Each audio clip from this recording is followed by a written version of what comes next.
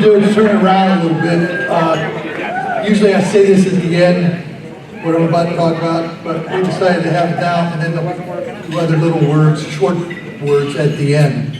I want to thank you all, first of all, for being here on such in our opinion obviously, a night of remembrance in two ways. Remembering the way it was, way back to I think the earliest year. This year is 1967. Wait a minute. Oh, how about this? Listen to this. I get a little bit of this mental telepathy stuff. And let me think here. What's it saying? Oh yeah. It's about a birthday. And I think it's Alex Johnson's birthday.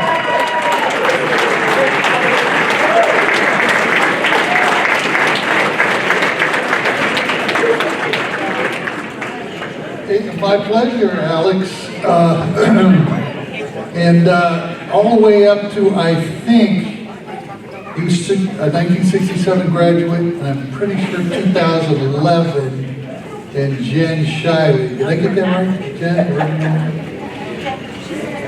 And back there. And everybody in between. I mean, in 2008,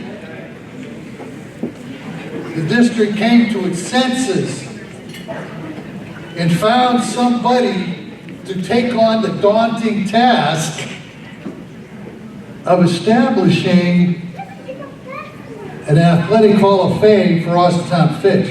Can you imagine that in 2008? My uncle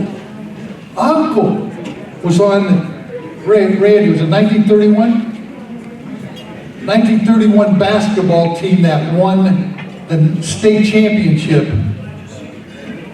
No athletic hall of fame then.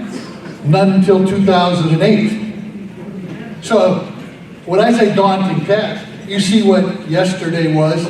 All of you folks that, committee members or myself, have been in touch with you all along since January. And a lot of that was carried over from the guy who started this in 2008 and his committee. From scratch. He was a good friend of mine then, and he's probably a better friend of mine now, and he's definitely a friend of yours. Mr. Tim Kelty, principal of Fitch High School. Tim, where you at? Stand up. There he is in the back. Hey, how about Pat Spreck, who was on that committee? Pat, stand up. Yeah, there you go.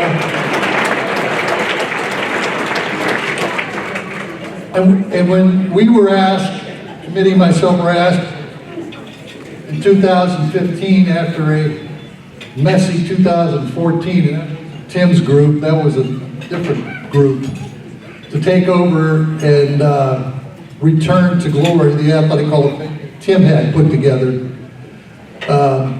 We realized, especially I realized, certainly how much goes into it. And I think that as inductees and family of inductees, you see it as well. It's a pretty big deal. And it is.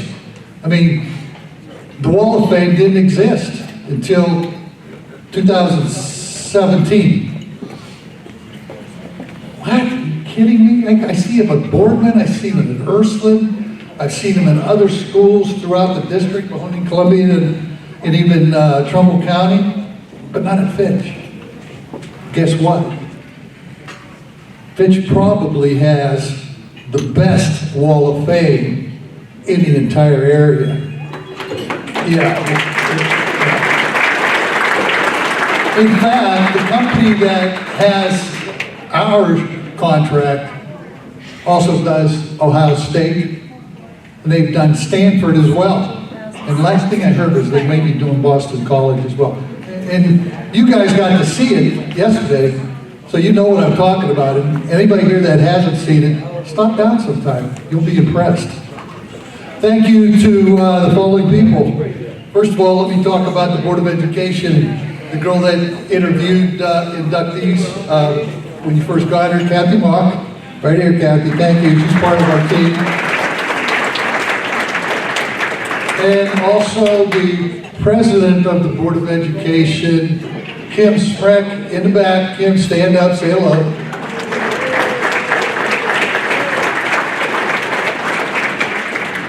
And while I'm on that subject of the Spreck family, Logan Spreck, the son of Patrick and Kim Spreck, he was one of our scholarship recipients this past year. Logan, where are you at? Stand up, Logan. Thank you. Great job. Logan is a student at The Ohio State University. We gave out 7 scholarships, but the other 6 are still away at school. Now, this, if we come away with any excess money after we pay all our bills, 2 things it goes to. Scholarships is first, and then the athletic department at Fitch High School is second. That is in our bylaws and will always be there. Again, we gave 7 away this year. Another one, let me tell you about a couple of sponsors. Dr. Gregory Facemeyer, former student in 7th grade. Dr. Facemeyer, where are you at, buddy? Stand up, Greg. Right here. Another scholarship, 2 more that are here tonight. Let's start with, and this name is very, very familiar to all of you here. Beth Chepke, daughter of Gene Chepke. Beth, come on, Beth. There you go.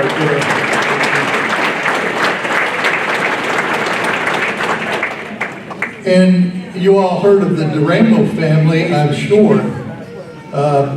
Both Jim and Paul are in our Hall of Fame for football.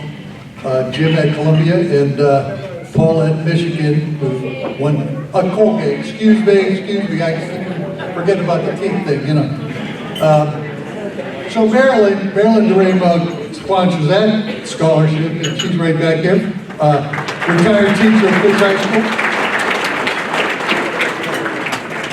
I think that's the other 7. One of them is the Hall of Fame committee. We give 1. So that would be 4. The other one is the Getch Family Scholarship, the Chris Knight YSU Endowment Scholarship, and the last one is Carol Stellers in memory of her husband, Dr. Tom Stellers, who was on our committee, was a teacher at Fitch, teacher at YSU, really one of my best friends. So there you have it. There's 7 scholarships right there. And that's part of why we do this. So, thank you.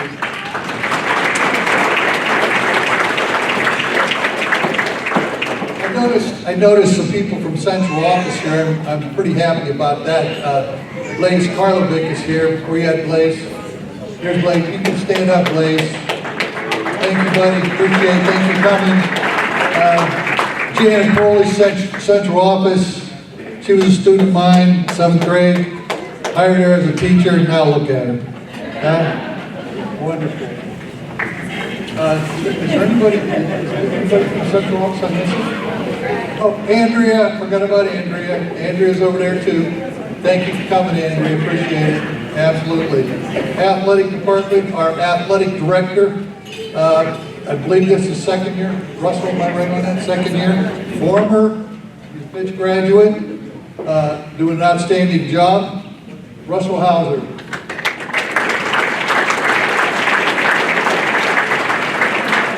Also from the athletic department. Where's Jonesy at? Jonesy, where are you hiding at? Are you going to stand up or whistle Dixie? Yeah, appreciate it.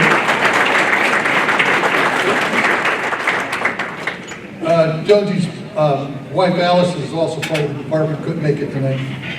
Let's see.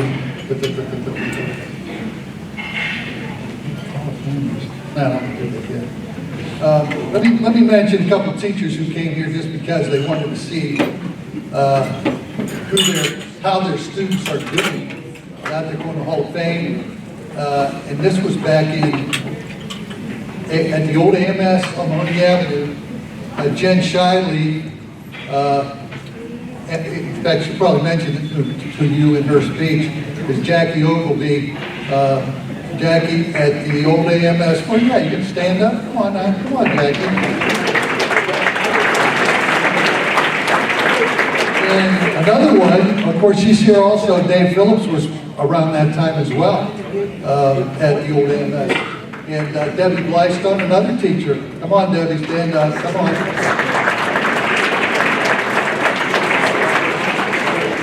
Those two and my secretary, Peg Takey, who's here at the old AMS, and those who went through there know her. Those are the type of people that made me look good. While I was principal, I mean that sincerely too. These are good teachers, secretary, everything. Let's see what else we got here. If you could, take a moment of silence for Robert Sen. Robert Sen did all our photography in the studio. Everything we needed. Banners, never charged us a penny. He passed away this year. So if you would give me 10 seconds of silence in memory of Robert Sen's studio and his family.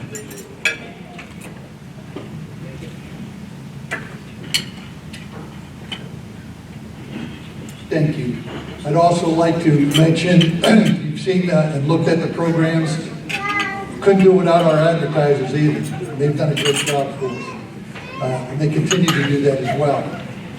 Our advertisers, Carol Clyde, who's not here tonight because she's sick, she's the one that advanced marketing and puts all the paperwork together, including the programs that you've seen. A shout out from here to Les Horvath and Rachel's Restaurant. That's who you were catered tonight for our dinner. Appreciate that. And again, all our advertisers. We couldn't do without them. And finally, I think, I wrote something down here and I don't remember why I did it. Yeah, we'll get to that other part later. I'd like Monica Devers to come up, please. She's a trustee. I think she's the chairman of the Board of Trustees in Austintown. Again, one of our advertisers as well. And she puts together proclamations from the township for our inductees. So at this point in time, this is Monica right here.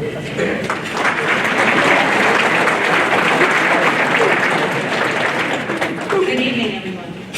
Well, first, I'd like to start off by thanking the Austintown Athletic Hall of Fame Committee, along with everyone that was involved in making this possible each and every year. I can't believe this is the 14th year, and I got to be here this year. Congratulations to the 2022 inductees. I am honored on behalf of myself and my fellow trustees, which would be Mr. Robert Santos and Mr. Steve Kent, along with our fiscal officer, Larry Lagori Wolf, and the 38,000 residents of Austintown. We would love to present to each of you a proclamation from the township as a recognition for your accomplishment as a Falcon representing Austintown. Always a Falcon. Once a Falcon, always a Falcon. Thank you and congratulations.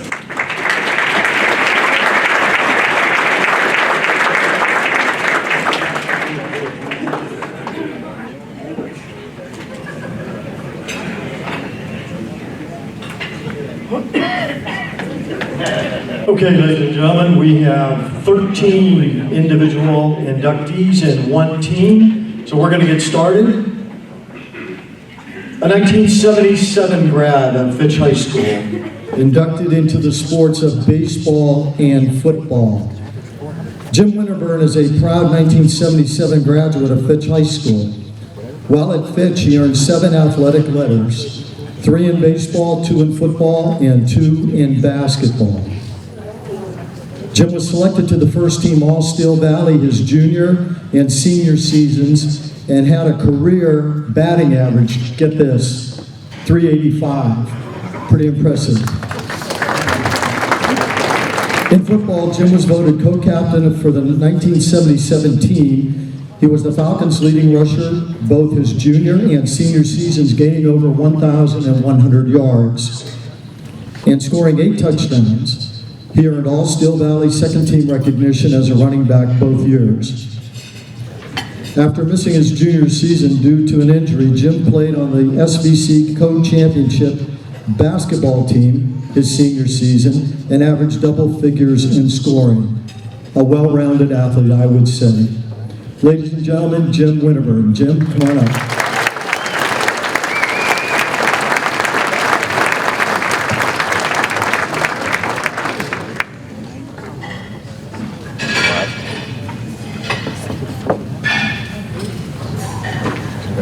Hey everybody, I'm here to celebrate this with the rest of our inductees. This is just an unbelievably wonderful night, weekend. I want to say congratulations to the Fitch team for their win last night against Boardman, to be 8-1. Coach Parker, great job.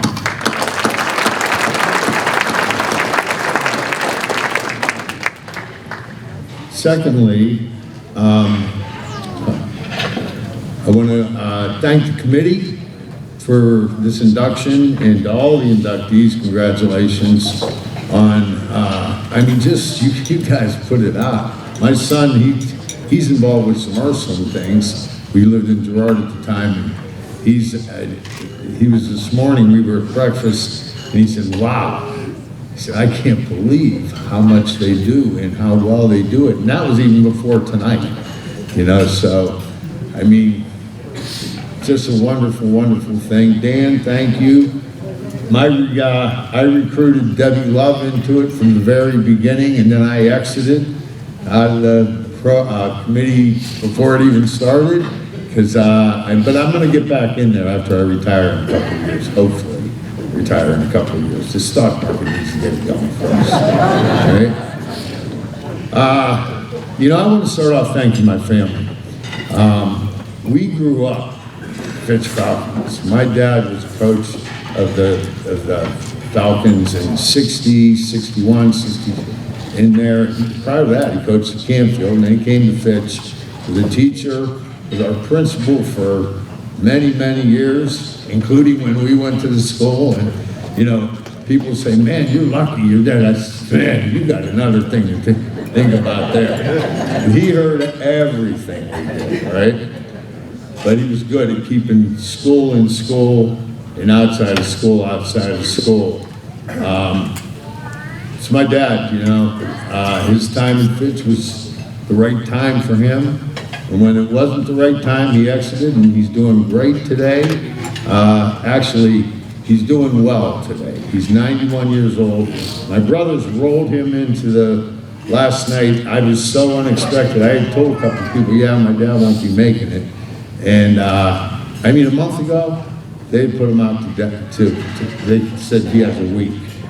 And now, I think he has years ahead, So he's doing.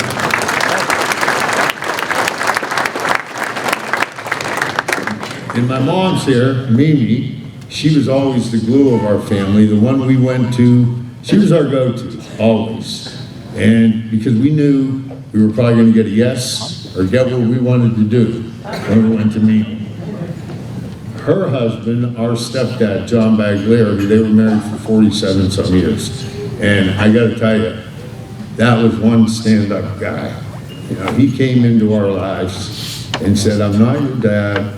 Your dad's your dad, but I'll be there for you in any way I can help you out. And he stood by that for 47 years. He passed away a couple of years ago. But we have great parents. We have 3 great parents. My dad, my mom, and John Baglieri. My brothers, when I was a kid, my dad would say, let's get ready for the game. It was a Friday or Tuesday or Thursday, and everybody, these guys, Gary, Tom, and Bill, my brothers, they'd be all jacked up, ready to go, game. And I'd be pulling my mom aside, saying, Mom, I want to play house. Can't we do something like, that was where I was at. I was young, but I watched these guys ahead of me before I even got involved in sports. Gary was a starter in 3 years. ace of Fitch's baseball team, starting quarterback, got hurt his second year, but he had a touchdown pass against foreign reserve to Eric Peterson, who's back there. All right? And Tom was a varsity wrestler, outstanding wrestler. I know Mike Hahn just told me, but you couldn't beat him. That's why you had to wait till you were a senior to get in there. But I saw him play defensive back, and he got Austin Valley honors his senior year, started 2 years, and I saw him lay out Ted Bell, who was one of the great running backs ever from the area, in a one-point game in the last minute to preserve the win. And the next year, Ted Bell had 364 yards against that same defense. But that was outstanding. My brother Bill, and me and Bill, we grew up in the same bedroom all of our years until we left home, you know. And we are all tight. We are tight-knit. But Bill and I, we did everything together. And he was his highlight, I think, in football would have been his winning run against Hubbard. We were down 2 points. He went on a 25-yard touchdown run with a couple minutes left, and we won that game. And the other thing is, when I was a junior, three of us made All-Star Valley baseball. And when we got together at the end of the year and voted the MVP, the guy who didn't make All-Star Valley, but was our MVP, was Bill. And trust me, he was the MVP. He has a bone to pick with Rick to pull about that. But my wife is here, Elsa, and she's just a wonderful, wonderful lady. Wouldn't give her up for anything in the world. She got way more patience, way more peace, and she's so beautiful. And she's also was born the year I was graduated from Fitch.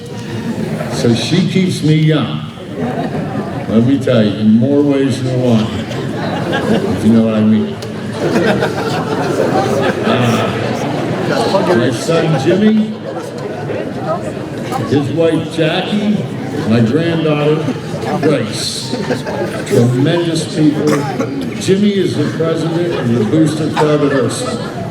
And he does a fantastic job there, but he's wowed by the things we do here at Fitch. And their daughter, this is how big of Steelers fans they are. Her name is Grace, and she's a great, beautiful little kid. Her middle name is Rooney.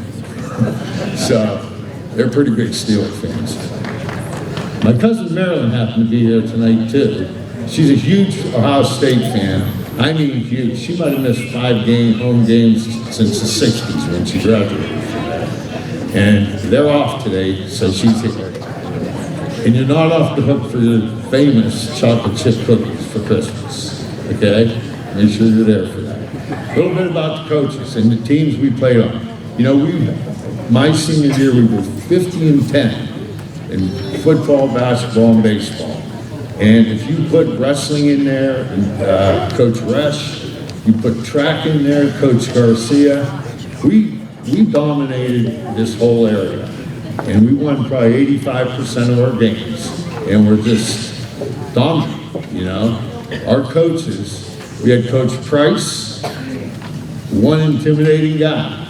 You know, I remember Tom King during one of our summer practices, and he was 6'3", 280, All-Star Valley, honorable mention All-State, dogging it on a sprint at the end of practice. And one of the coaches yelled, "King, quit dogging it, start running." And he turned around and said something to that coach. And then Boomer, that was Coach Price's nickname, saw it. And he yelled at King, and he took off for King, and you would have thought King was an Olympic sprinter, taking off so he didn't have to put up with Coach Price. Coach Patty, I call him Walleye because he outfishes me every time he sees me on the lake at Lake Milton. We live in Lake Milton. Elsa, myself, my stepdaughter Michaela, who's in Jackson Milton marching band, and 4-point+ student, takes college classes on it. I don't know how she does it, but she's wonderful. Our coach is Jay Morgan in basketball. Biggie D, Coach Denneman, I had to think of that name before I got here. But tremendous guy. And our coaches in baseball, Mr. Coppola, Mr. Rourke, and Mr. Wahosky, my position coach in football. Man, I mean, we had coaches that formed a team like a family forms a family, parents form a family, our coaches formed a team. And it was a family, and we had great teammates, we had great teams, and we had great coaches.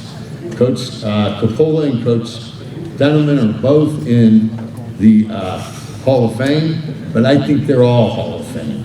They are tremendous. It was a great time playing for them. I love Fitch High School, Fitch Sports, and go Austintown. I love it.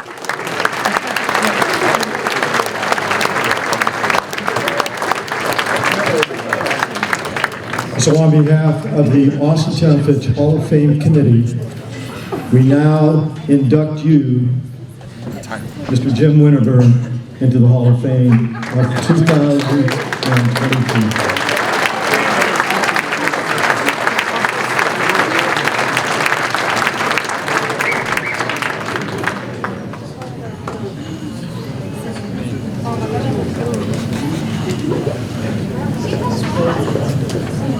Okay, next up.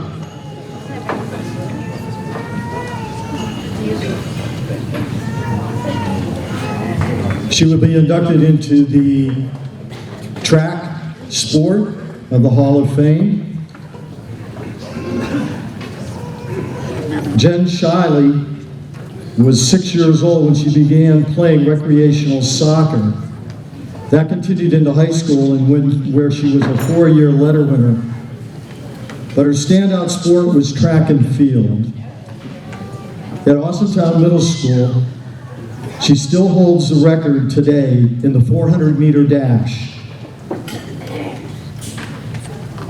She participated in the 300-meter outdoor hurdles and currently holds the 300-meter hurdle record to date. Her last meet was the outdoor Division I state meet in the 300 hurdles. She had a near career-ending injury on her knee, but that didn't let her stop her. She ended up going to YSU, and she became one of the top sprinters and hurdlers at YSU. She broke the 400-meter hurdle record in her senior year at YSU and was the indoor 400-meter champion for 2 years and was the leader of the Triple Crown Horizon League Outdoor Championship team. Ladies and gentlemen, Jen Shiley Ladd. Jen, come on up.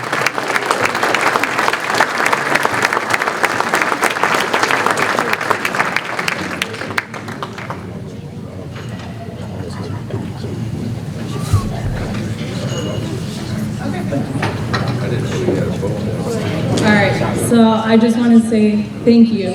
This is an honor, especially being the only female, let alone the youngest one.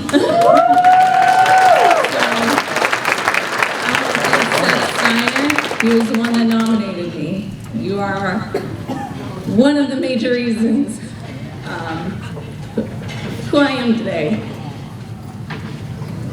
Sorry.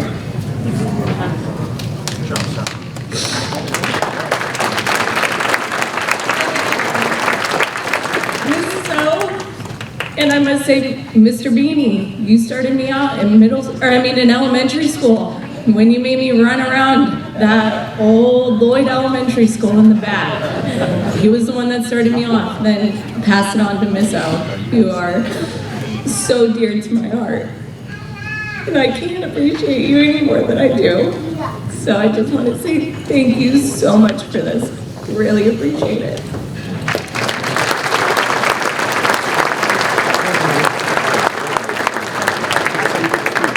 Once again, on behalf of the Austintown Fitch Hall of Fame Committee, we now induct you, Jen Shiley Ladd, into the Hall of Fame for 2022. Is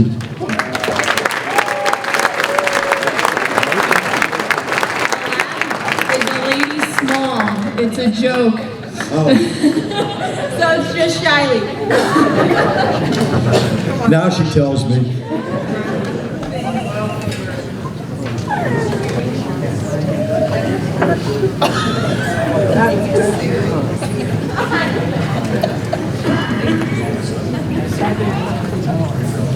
Next up will be a graduate in 1984, and he will be inducted into the football end of things. Todd Powers was a two-way starter for the Falcons at running back and outside linebacker. That same year, he led the team in rushing yards and touchdowns. He was also a starter on the defense that had 7 shutouts that season. Todd was named first team All-Steel Valley at running back and second team All-Northeast Ohio. He also received the Outstanding Defensive Player and Team MVP awards. Apart from football, Todd was a 2-year letter winner in track and field, as well as the president of the National Honor Society. Quite an honor. Todd, come on up.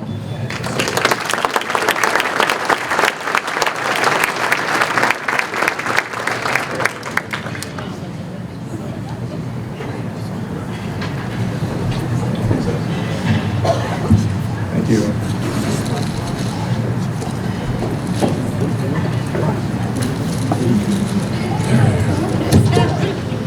Well, I'm overwhelmed with gratitude to have been selected to the Austintown Fitch Athletic Hall of Fame.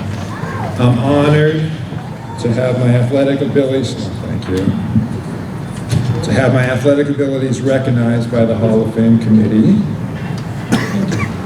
And I want to thank those members who nominated me and who voted for my induction.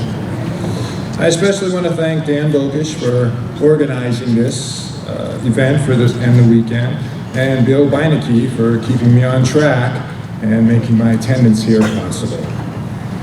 And thanks to Carol, who I've just found out is not here, at Advanced Marking for the picture displays over here and the programs. And I also want to thank the staff at the Immaculate Heart of Mary here for what they're doing for preparing the food and getting it to us tonight. American psychologist William Schutz stated, "There is nothing more gratifying than recognition from your peers and colleagues for a job well done." And I want to thank you all so much for being here tonight to share this honor with me. In 1968, my parents, Frank and Frances Powers, bought a house in Austintown on Aspen Drive, and that's where they raised a family. That family included 4 boys and a girl. All 5 kids graduated from Austintown Fitch High School. All 5 were college graduates as well. My dad played football for Campbell Memorial High School, and all the Powers boys played football here for the Falcons. Frank Jr. was the oldest, then me, then Kevin, Jeff, and my sister Ashley. Growing up, there was plenty of good-natured roughhousing and friendly competition in the house. I wanted to thank my parents and brothers for being behind me both on and off the field. And although Ashley was 3 years old my senior year, she did go to all the football games dressed as a Fitch cheerleader. Unfortunately, neither of my parents are here today. My dad passed away just after I graduated college, and my mom passed away in 2021. With all 4 boys playing football, they were fixtures in Falcon Stadium during the 1980s. And I'm sure they're both smiling down on us now. I started playing football when I was 8 years old and played every year through my senior year at the University of California, Berkeley. In those years, I learned that hard work and commitment pay off in the end, and that teamwork is just not on the playing field, it's an all-the-time thing. And I do want to thank the people who showed up for me tonight, sitting right there at that table. My wife, Carla, a dedicated mom and the hardest working professor at the University of Wisconsin. Thank you for your love and patience. To my son, Jackson, a junior at Madison West High School. Go Regents. He's a two-sport athlete and a top prospect in both soccer and baseball, and he gets excellent grades. Thanks for being such a good kid, and I'm proud to be your dad. To my in-laws, Bruce and Margot Osterau, thank you for all your help and support over the years, as well as the home-cooked meals and the sweet treats. And to my Aunt Charlotte and her husband Steve, who did not make it, thank you for being there during my playing days, and now 39 years later, still showing up for my high school events. Legendary coach John Wooden said, "The main ingredient to stardom is the rest of the team." I want to thank the players and coaches from the 1982 and 83 football teams, especially Coach Hartman, for showing us all our potential to be successful. To all the Fitch Falcon faithful and the community of Austintown who showed up on Friday nights cheering us on, win or lose. And lastly, thank you again to the Hall of Fame committee for this honor, and congratulations to all the inductees in the Hall of Fame class of 2022. Thank you.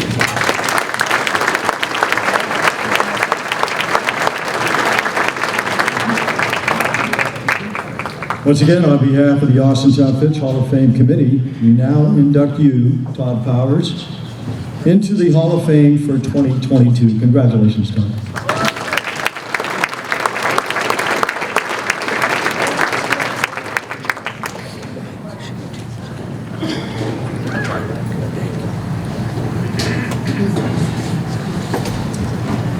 Next up, he graduated in the class of 1986, and he will be inducted into 3 sports: football, baseball, and basketball. Dave Phillips on the baseball field was a 3-year starter as an outfielder for Coach Rich Capola. On the football team, Dave played both free safety and quarterback and earned letters during his junior and senior seasons. During his senior season, Dave was co-captain of the football team, won the team's Most Valuable Player Award, and was named the Steel Valley Conference passing leader. In the position of free safety, he was named to first team All Steel Valley football team, first team All Northeast Ohio District football team, and second team All Ohio football team by the United Press International. Ladies and gentlemen, Dave Phillips. Dave.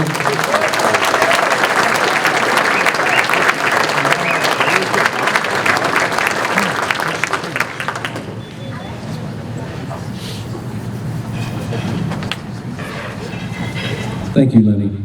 And thank you to the Hall of Fame committee for selecting me as a 2022 Hall of Fame member. What a true honor it is. I would like to acknowledge some people tonight, beginning with Marilyn Duramo, who's over here. Marilyn was my personal contact for any questions or concerns that I had for the Hall of Fame process. And I would also like to point out that Marilyn was an accomplished social studies teacher at Fitch High School for at least 30 years that I had the pleasure of having as a teacher in her geography class. So thank you, Marilyn. I would like to acknowledge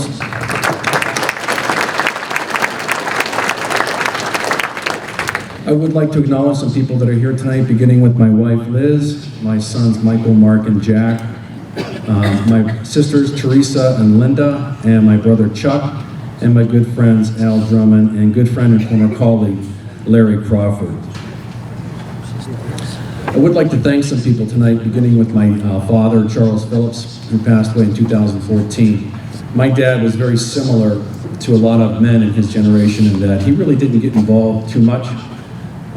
He kind of let me do my own thing when it came to sports. I never remember my dad coaching any of my teams, and I never remember my dad being in any of my practices. But the one thing I do remember about my dad is that he never missed a game. He was at every single one, no matter what sport or what season. He knew what was important, and he did it well, so I'd like to thank him. Next person I'd like to thank is my mom, Ida Phillips. She passed away in 2017. And my mom did get involved a little bit, not too much. She did she did like to volunteer some of her time. And when she did volunteer her time, she really made an impact. For example, 41 years ago in 1981, she and about 10 or 12 of her Fitch football mom friends got together and created the very first Fitch Football Moms Club, which, from what I understand in speaking with Tim Kelty tonight, that club is still around tonight. So what a true great honor it was for her and her friends. Great moms they were, and more importantly, what high quality women they were. Growing up in Austintown in the late 70s, early 80s was a special time for a number of reasons, but most importantly, there were so many high-quality student athletes at Fitch High School that you could choose as a role model. And I had plenty of role models, but the most important role model that I had was the entire 1983 Fitch football team. Those guys were seniors when I was a sophomore. And what a great group. And that team was just inducted into the Hall of Fame just 2 years ago. Todd Powers, as you know, was a member of that team. But what a great group of guys, great athletes, and great role models they were. And I would like to give a shout out and thank some of these guys. Guys like Mike Ullard, Greg Guerrero, Todd Powers, Randy Horvath, Jimmy Roberts, Scott Toeffel, and Tim Nick Wilson. They truly were great role models. And there's one more role model on that team that was the best role model that I had, the most important one. That was my brother Chuck, who I mentioned is here tonight. Chuck was the starting outside linebacker on that football team on the other side of the ball from Todd. And Chuck was also named first team All-Steel Valley on the defensive side that year, so thank you, Chuck. I would like to give a shout out to some of my teammates. Obviously, I can't name all of them, but playing sports like football, basketball, baseball without your teammates, let's face it, is really not much. So I had the pleasure of playing with some great guys, great athletes, guys like Tim Kelty, Matt Keller, Joe Brooks, Pat Smreck, Jim Duvall, Mike Slovachka, and Jeff Williams. Thank you to those guys. And again, I know I left so many out, and I apologize, but I did want to get some of you in. And lastly, I would like to thank some of my coaches that I had the pleasure of playing with at Fitch High School. Great guys that gave so much time and shared so much of their expertise with us. Great coaches and great guys like Rich Capola, John Rourke, Chris Filato, Frank Satry, Tom Inchak, Dave Hartman, Dan Bokish, and Rich Denman. Thank you.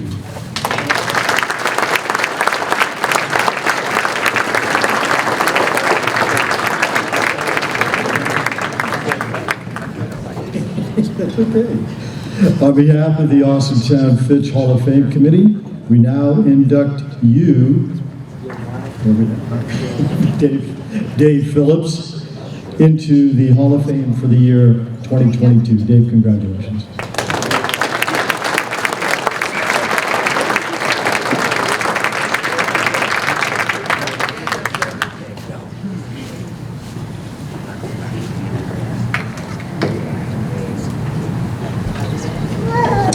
Okay, inducted into the category of contributor, Mark Miller. Mark, come on up.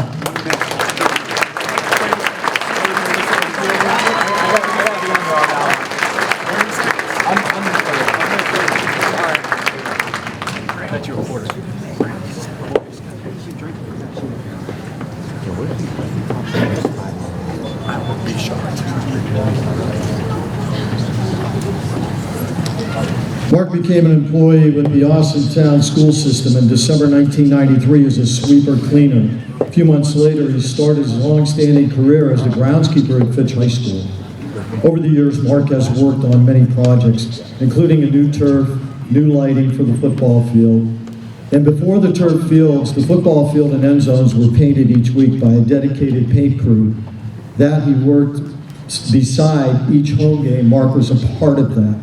He also helped add a turf field, dugouts, and lighting to the baseball field. However, his greatest achievement has been working with all the schools and community organizations that use the Fitch fields and gymnasiums. Mark has been dedicated to what he did his whole entire life at Austintown Fitch. And he's the first inductee that actually proved to you why he was inducted as a contributor. When we were setting these up, guess who came down and helped us? Mark, yeah.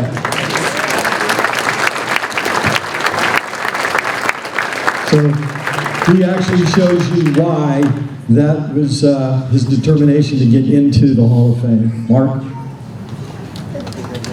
Thanks, man. Happy Saturday.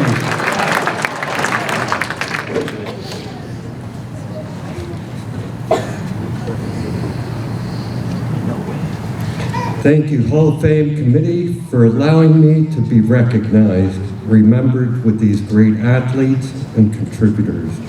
Thank you, board members, for allowing me to work and do what I do.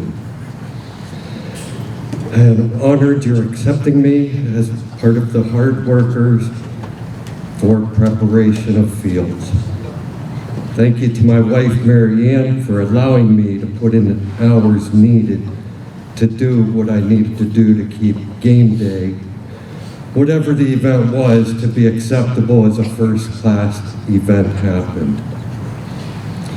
Thank you to my daughters, Amanda and Tara, who were part of the early years cleanup crew, along with the Kennys and the Cases.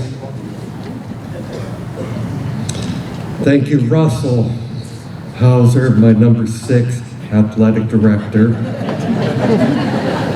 along with number 5, Jim Pank, Louis Van Hoos, Rob Conklin, and Joe Nora, and Dick Kenny, who was responsible for hiring me in the athletic department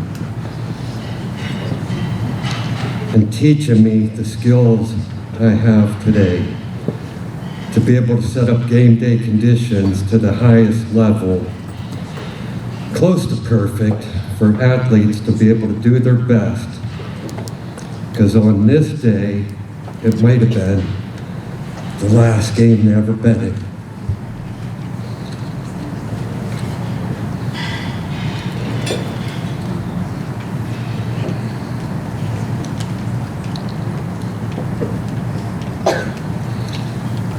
I'm going to end on that one. Thank you, Fitch High School class of 1981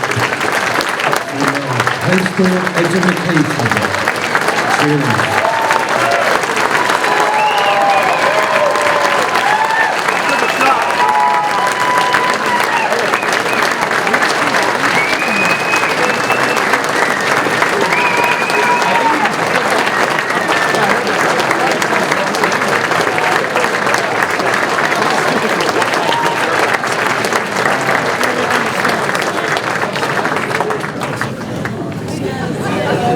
All I can say is, happy Saturday, Mark.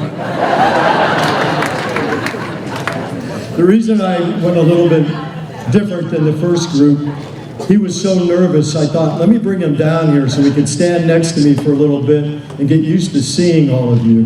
Now, he works in front of 10,000 people every once in a while in football and stuff, so a group of 300 intimidated him instead of 10,000, but he did a great job.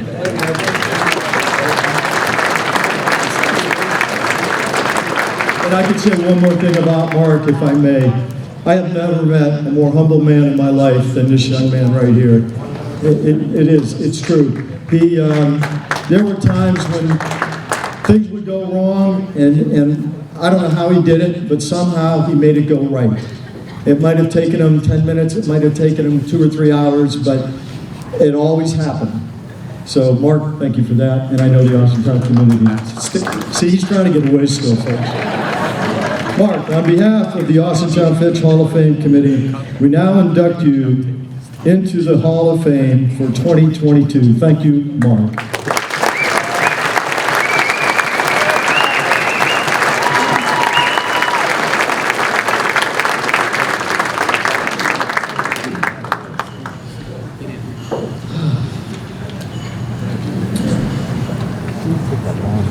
Mark, you got tears all over my inductee sheet.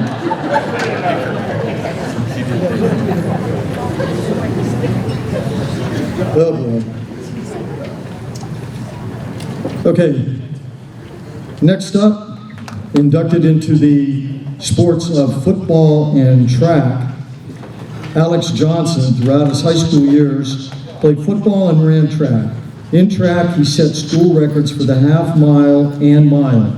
In football, he was the 1966 MVP, All SVC, and an honorable mention, All Northeast Ohio. He also received the Rickert Trophy and the William Taylor Award, in addition to his varsity letters for both football and track. Besides excelling in athletics, and this is quite an accomplishment too for Alex, he served as the student class president, quite an achievement. One last thing, he still holds and set many of the school records at Fitch. He is still on Fitch's all-time top 10 in the 1600 meter with a 4-minute 24.24 converted time from a mile. So now they run meters instead of miles, but that's a great accomplishment that he had. So Alex, come on up and join me, please.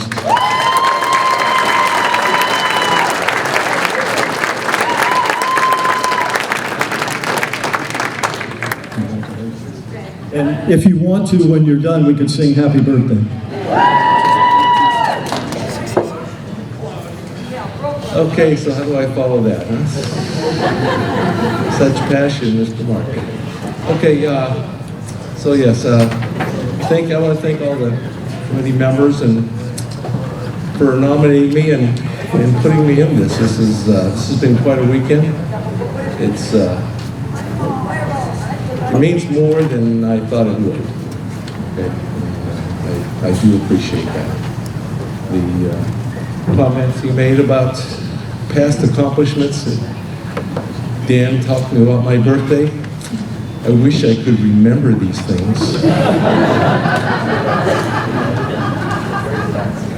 But yeah, I guess there were good times. I do. I appreciate everybody that's come. I appreciate my family who's come to be here with me for this. I appreciate Ray for introducing me. Thank you all.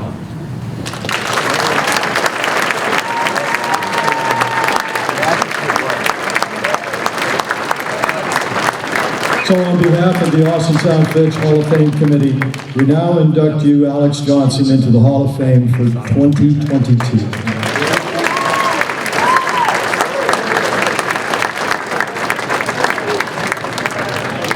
To you, happy birthday to you.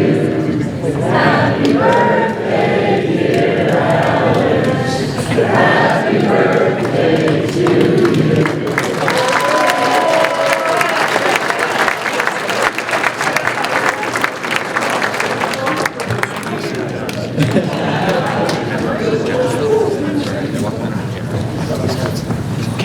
Okay, our one team to be inducted this year is the 1996-97 Fitch wrestling team.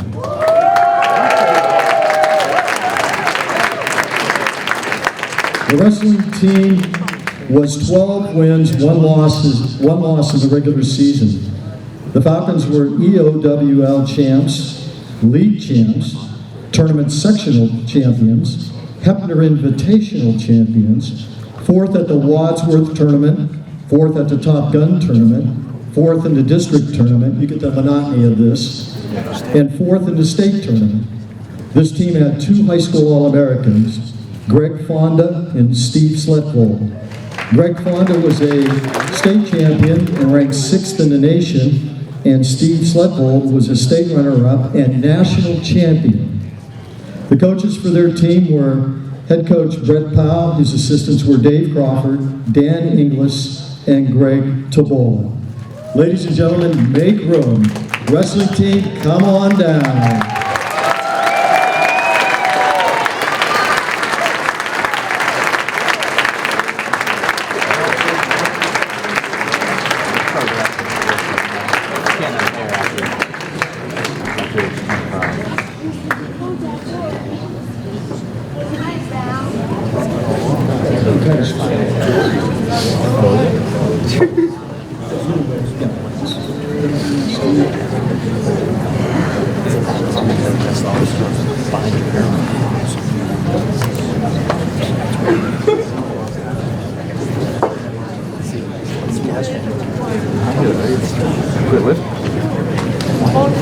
Man, do I feel small.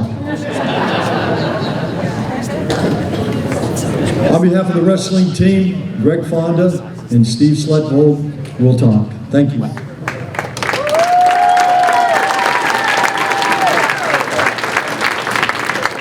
So, first I just want to say, Mr. Miller, thank you for everything. Because without you, from whatever year you started, none of this shit would go on.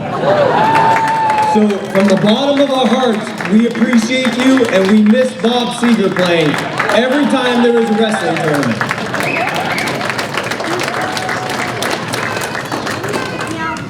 So, as I was sitting there last night talking to these guys, and talking about accolades, we didn't talk about anything like that. What we talked about is the camaraderie we had and what we went through. And to explain what we went through and what we created for ourselves is just mutual respect. So I wanted to explain to you what we went through every day. In the summertime, we'd get together a few times a week. The coaches would drive us to Solon, up in Cleveland, to practice. They would open up the wrestling room for us to practice. You know, and we continued to train on the weights all year round. This crew, once the season actually started, we'd condition. And when we'd condition, we'd run a mile warm-up, 6 circuits, which is a half a lap, up, down, half a lap, up, down, and that's 1. And then we'd pull down with another mile.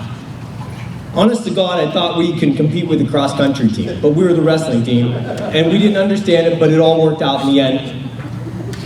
When the season started, we would come out of school around 2:25. We had until about 2:45 to get ready for practice. Then we'd go run again. And when we ran for about 45 minutes, and then we had to get ready to actually start practicing. Now, I know when you talk to your families and you hear the stories, I had to walk 6 miles to school uphill and stuff. Like, legitimately, we practiced until 6:30, 7 o'clock every night. And it wasn't just a practice, it was a brawl. We literally fought each other every night, and that's no exaggeration. We would go into full-out brawls non-stop and just beat the heck out of each other until 6:30, 7 o'clock every night. And then we'd go home, eat real quick, if we were allowed to eat. And then we'd go to the gym and do it, or lift weights. From the heavyweight in 215. I got to eat, I was good. So, to understand what we went through as a team, I mean, the accolades are great and everything, but what you can't put on paper is what we experienced together. And nothing in the world would change anything I went through and what I believe we all learned together as a team. I can tell you this, that, you know, when you meet someone on the street and you find out they're a wrestler, and you're a wrestler and you appreciate what you went through together from a different team, it's different.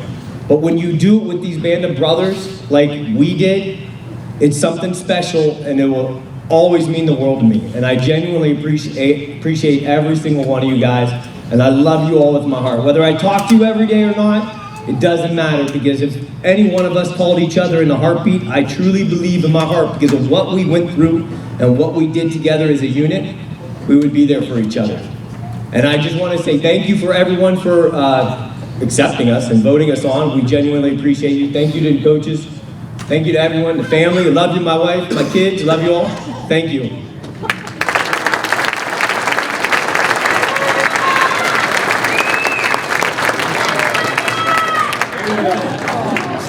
Thank you, Greg. I don't think I could have said that better myself. So I don't want to be redundant up here. So I'd like to thank my wife and my family for sharing this moment with us. I'd like to thank my parents who were able to make it this evening. I would like to thank these men up here who Greg just described that we went through our years in high school. And I would like to thank all of their parents who made this possible. Yes, you guys were family. Yeah. Quick story. I live in Solon now, and I was asked to be on the high school coaching staff this year. And my wife and I sat down and looked at our schedule, and we're like, this is utterly impossible. So I want to give a special thanks to our coaches, Brett, Dan, Greg, and Dave, who made this all possible. We did all the work, but they made it possible. Thank you.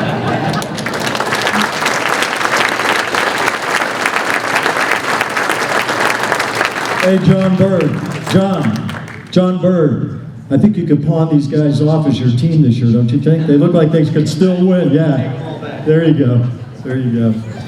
Gentlemen, on behalf of the Austintown Fitch Hall of Fame Committee, we now induct you, the wrestling team of 96-97, into the Hall of Fame for 2022. Gentlemen, thank you and good luck.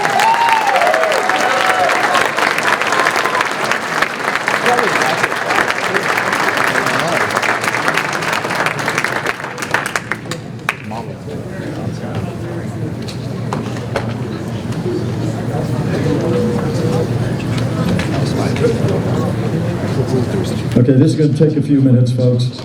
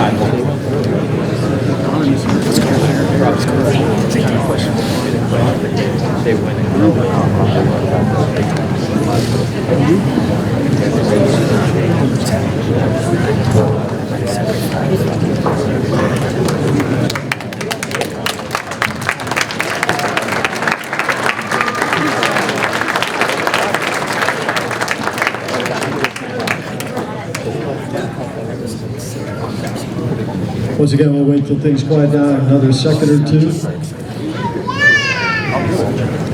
Wrestling teams are always disruptive. Do you ever notice that? I mean, it's a positive thing. It's not a negative thing, but... Okay. We are going to continue. As soon as I...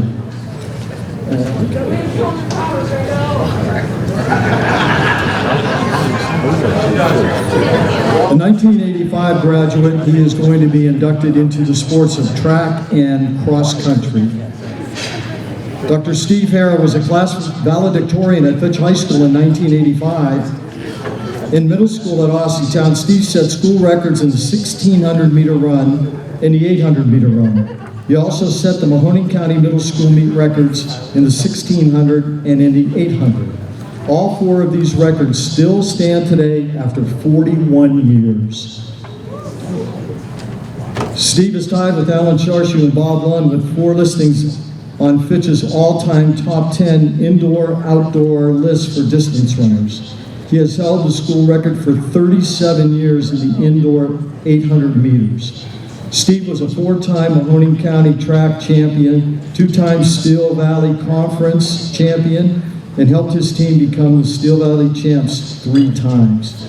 In cross country, he helped his team to 4 straight Steel Valley Conference championships and individually was selected for the All Steel Valley team for 4 years. May I introduce Dr. Steve Hare. Dr. Come on up.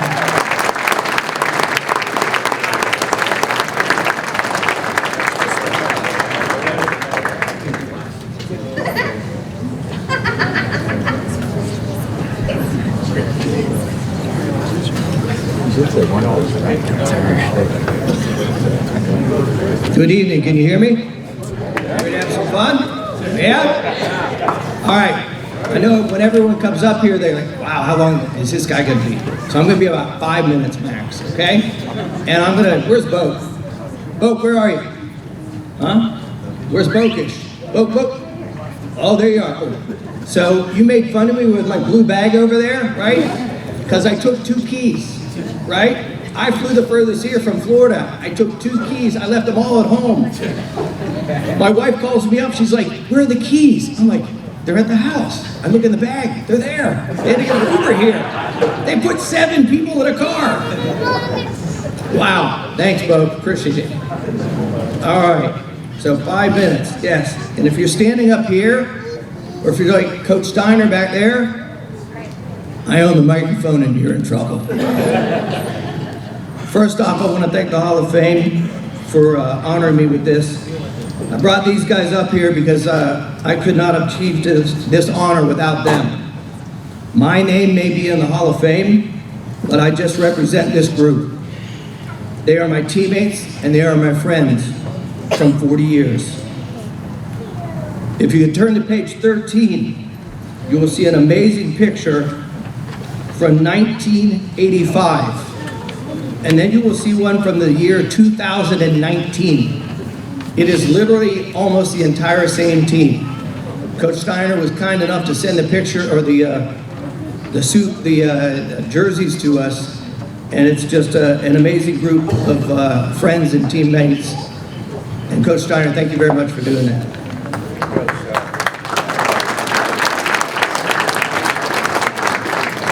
So we graduated in the class of 1985. Ronald Reagan was the president. A new car cost about $9,000. A house, $90,000. And gas, $1 a gallon. Wow, how times have changed. Now, I'm the class of 2022, just like the rest of you. Congratulations.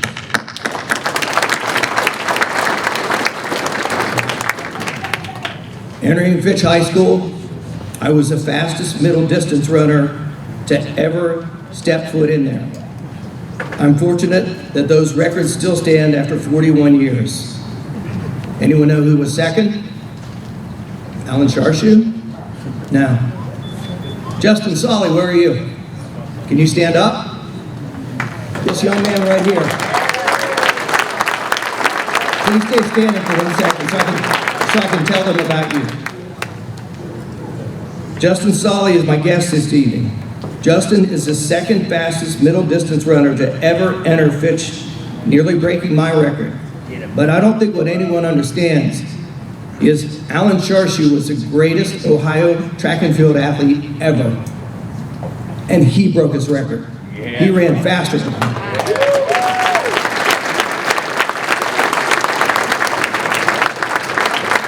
He's a sophomore, and he will take down many more records. So Zach Kern, beware. Alan Sharshu, beware. He's coming for you. Thank you for coming.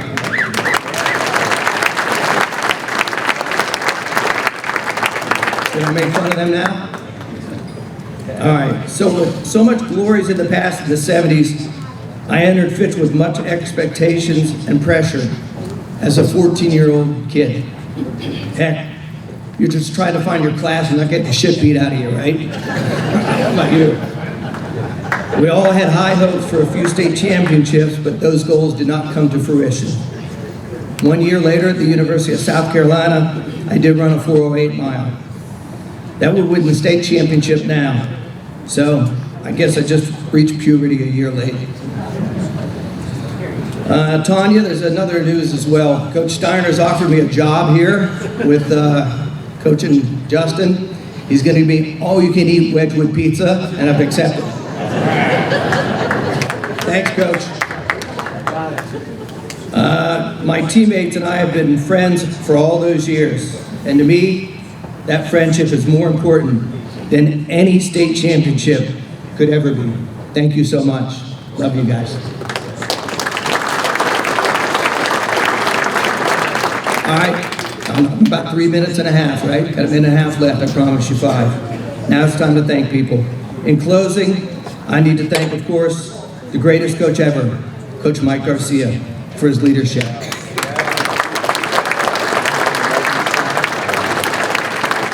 Second, I want to recognize Mike McKenna.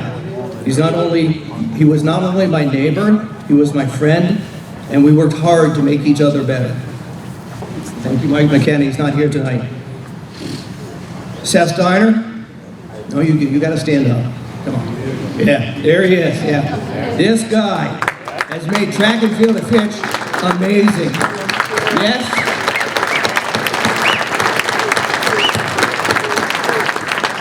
He was named the Track and Field Ohio Coach of the Year in 2020 by the Ohio Coaches Association. His team has won 1 regional runner-up and 1 runner-up at state as a team indoor.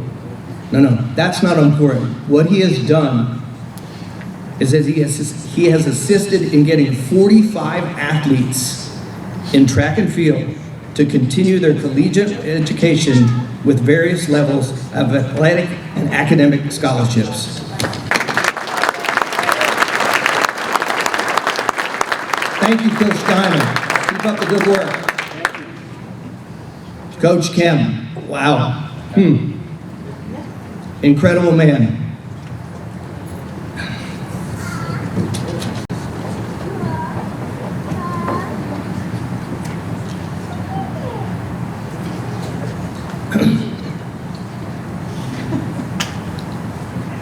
You were there when others weren't.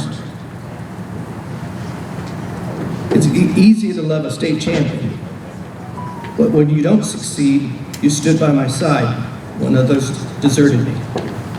Hands down, you have positively influenced more graduates in the history of Fitch High School than any other teacher or coach. Thank you so much.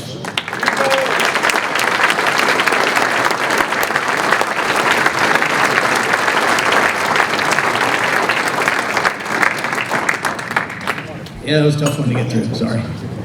Ken Jacobak, please stand up. Where is he? Kenny, there he is. Yeah.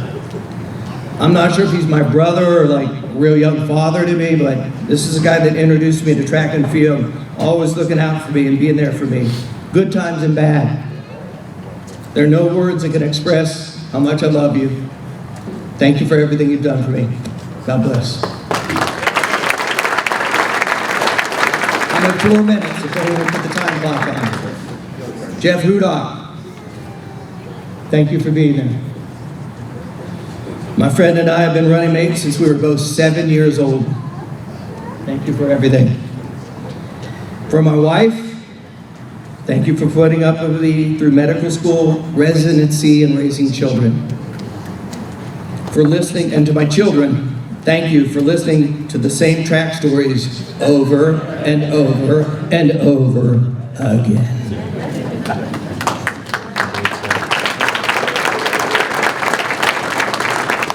Thank you to my brother for supporting me throughout my career, but most of all to my parents, my father and mother, who worked so hard to put food on the table and earn money to travel to races across the United States.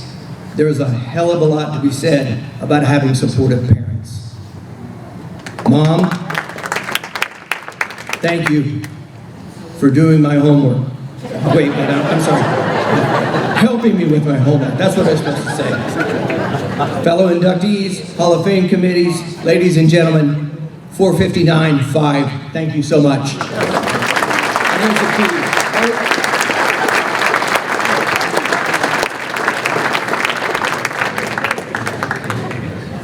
On behalf of the Austintown Fitch Hall of Fame Committee, we now induct you, Dr. Steve Hare, into the Hall of Fame for 2022.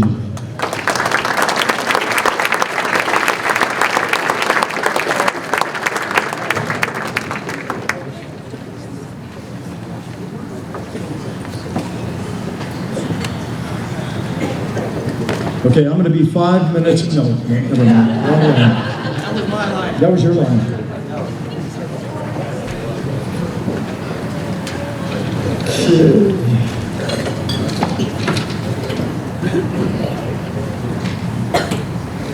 All right, this next gentleman will be inducted into two sports, wrestling and track. Mike Hahn was born with a club foot.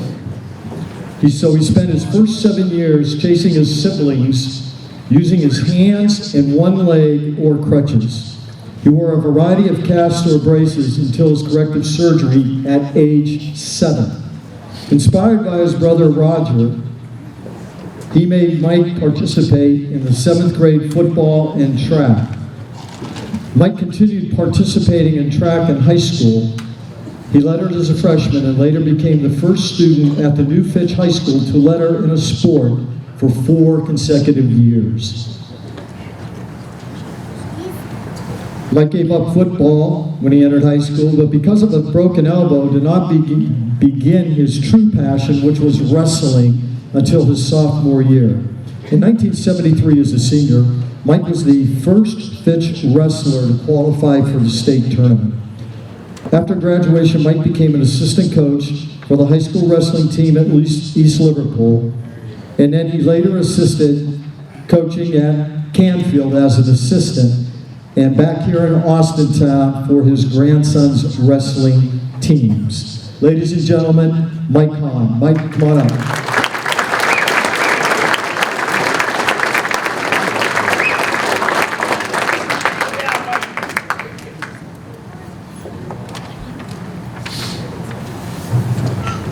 Well, he just covered my speech.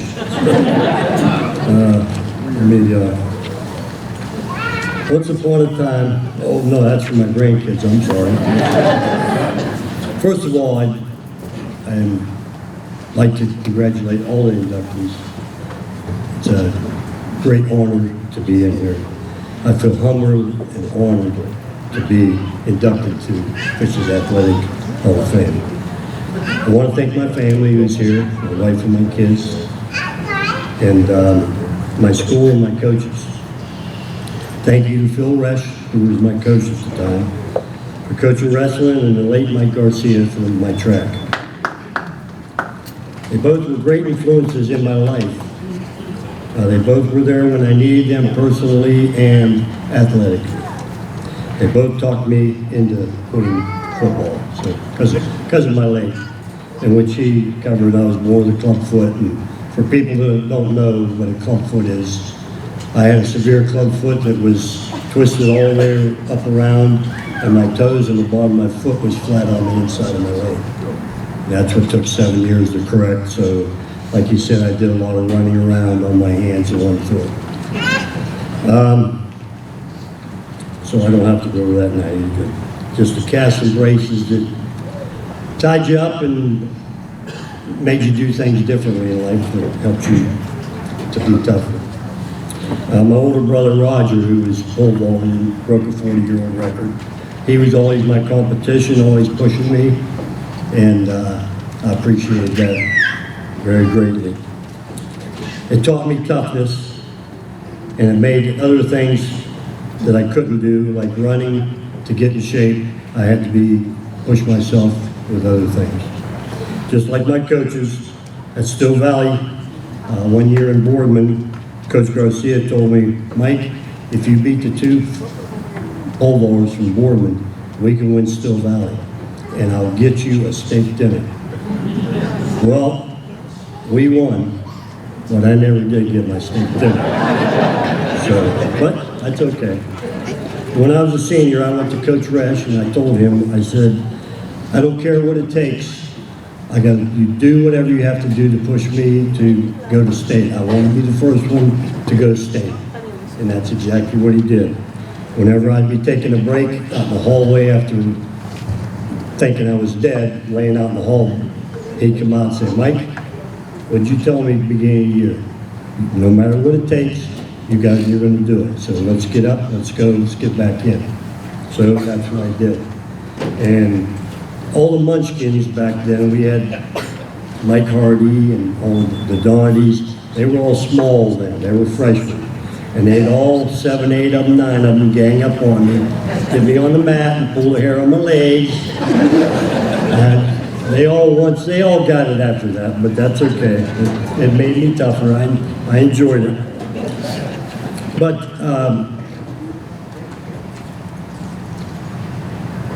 they all just, not just the coaches and teammates, they all, like the wrestling team said, they're your comrades. They push you, they make you what you are, and I appreciate that. And my point is, with people with handicaps, with the right support system and hard work, and you believe in yourself, you can do and go on beyond your limits. And last thing, life isn't always about what you achieve, but it's how and what you do to get there. Thank you.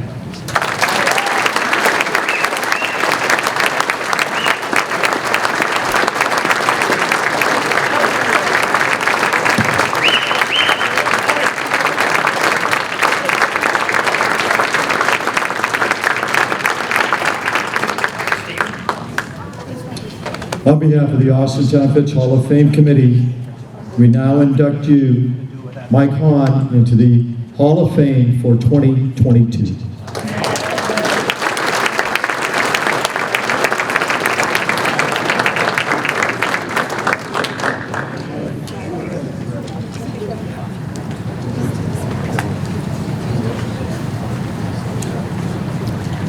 Know your gun, Mike.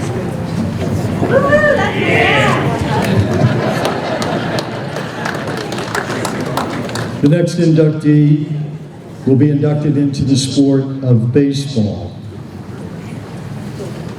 Steve Groover graduated from Fitch High School as the class valedictorian and a 4-year baseball letterman. As a freshman, Steve posted an ERA, and get this, of 1.8 and had the honor of pitching coach Wally Ford's 100th win to claim the sectional championship that year.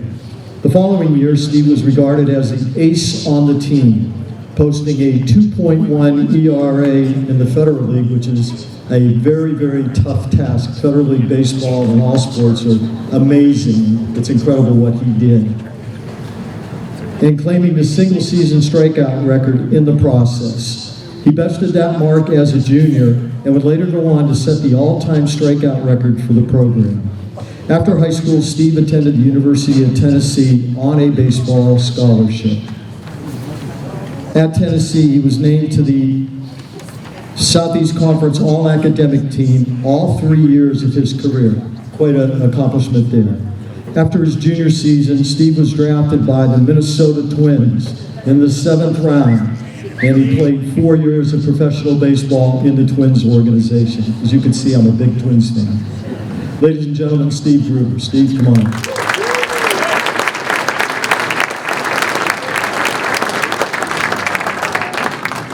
First off, for everybody that's been checking up with me tonight, Tennessee did win the game against Alabama. So I just want to thank the committee first off for giving me this honor. This is truly, it's been an amazing weekend. And I'm just truly honored to be here tonight. When I think about my time,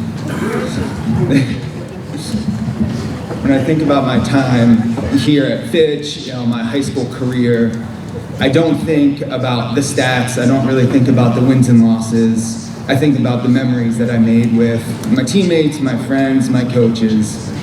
Like we said, getting Wally Ford's 100th win as a freshman. He didn't even tell me about it beforehand. I had to find out after the game once we got the win. But just all the memories we made, going to Myrtle Beach every year as a team, those are the things I'm gonna remember. And again, tonight and this weekend is gonna top that list and be a memory forever. I wanna thank my parents first and foremost. They've been my support system from a young age. My mom was out there throwing a baseball with me, in elementary school, throwing it back and forth across the driveway.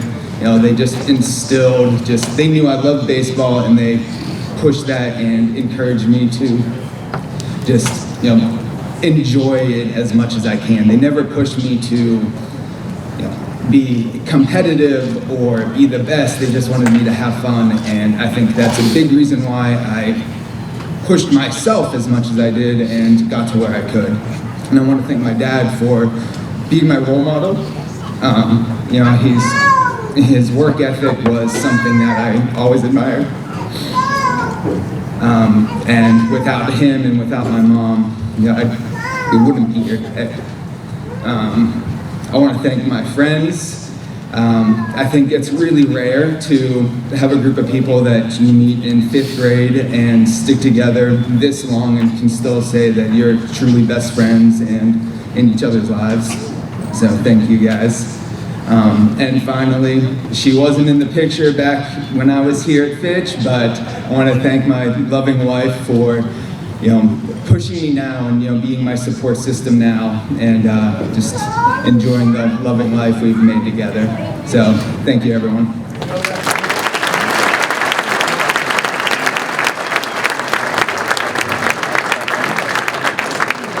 On behalf of the Austintown Fitch Hall of Fame Committee, we now induct you, Steve Gruber, into the Hall of Fame for 2022.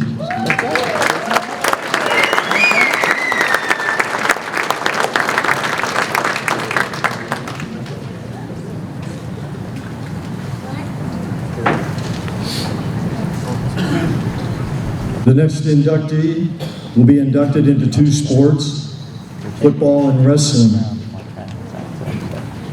Derek Fletcher is a 1989 Fitch grad. In football, he was coached by Dave Hartman, where he was a 3-year letterman and 2-year way starter. In 1988, he was a member of the Steel Valley Conference championship team, as well being named first team All Steel Valley quarterback. All NEO honorable mention, Masson Washington's all-opponent team, and Warren Western Reserve's all-opponent team. Derek also played in the MVCA All-Star game, and he was a team captain and team MVP. In wrestling, he was coached by Brett Powell, where he was a 3-year letterman, 3-time sectional placer, a sectional champion, 3-time district player, 2-time district champion, 2-time state qualifier, and placed 6th at the state. Derek was a member of the McDonald's All-NEO team, a 2-time team captain, 2-time MVP, and Top Gun tournament champion. A lot of accolades. He spent his coaching career at Ravenna High School, where he was the head wrestling coach for 8 years. His record was 90 wins and 21 losses, and he won 5 league titles, was 5-time league coach of the year, 2-time Summit League Coach of the Year, 2-time Plain Dealer Coach of the Year, 2-time MVCA All-Star Coach, and Cliff Keen Dream Team Coach. He also started coaching in Canfield as one of their assistants for a number of years. He is a 2-time Boston Marathon finisher and an Ironman finisher, so an all-around athlete. Ladies and gentlemen, Derek Fletcher. Derek, come on up.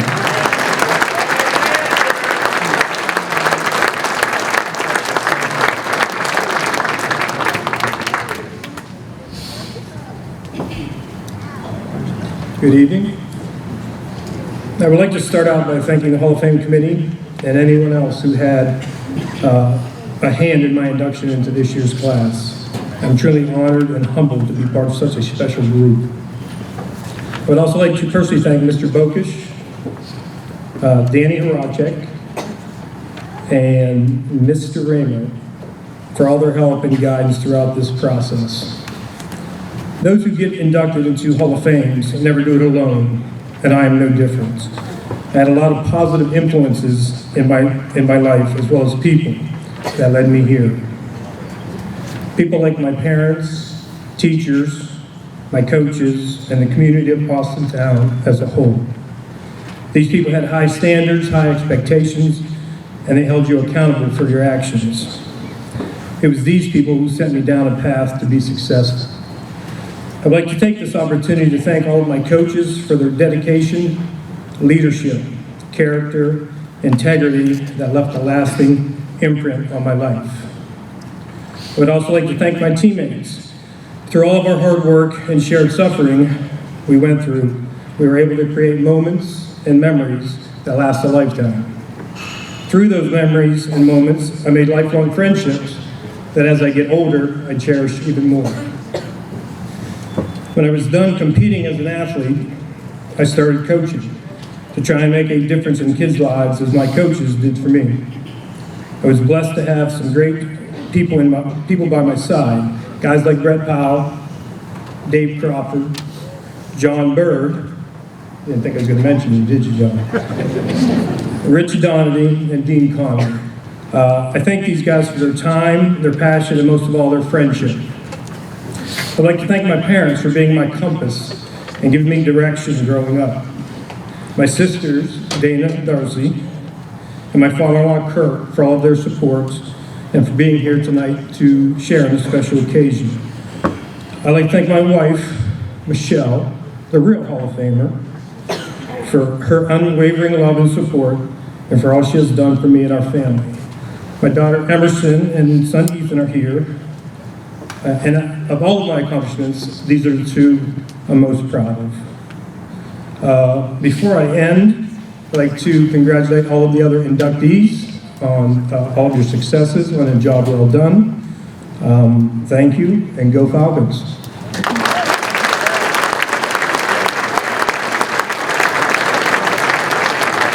On behalf of the Austintown Fitch Hall of Fame Committee, we now induct you, Derek Fletcher, into the Hall of Fame for 2022.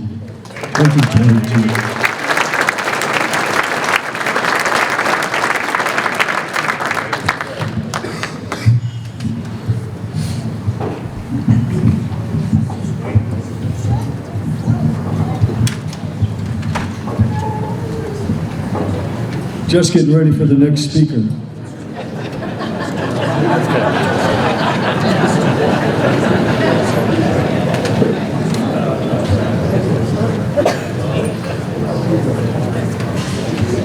Our next inductee will be inducted into the basketball end of the Hall of Fame. Terrell Ertl graduated from Fitch in 2004. His father introduced him to basketball at a very young age, and he fell in love with the game. Terrell's high school career stats include ranked first in Fitch history with 243 steals, second with 478 total points in the season, fourth with 63 games played, fifth with 235 total assists, sixth with 32 high game points, and eighth with 828 career points.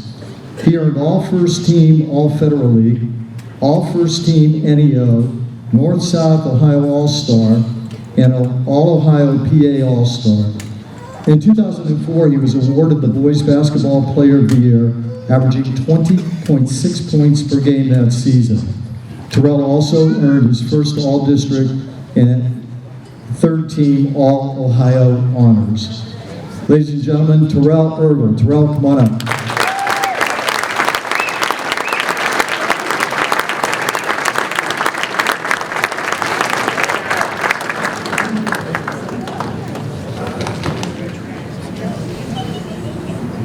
How y'all doing?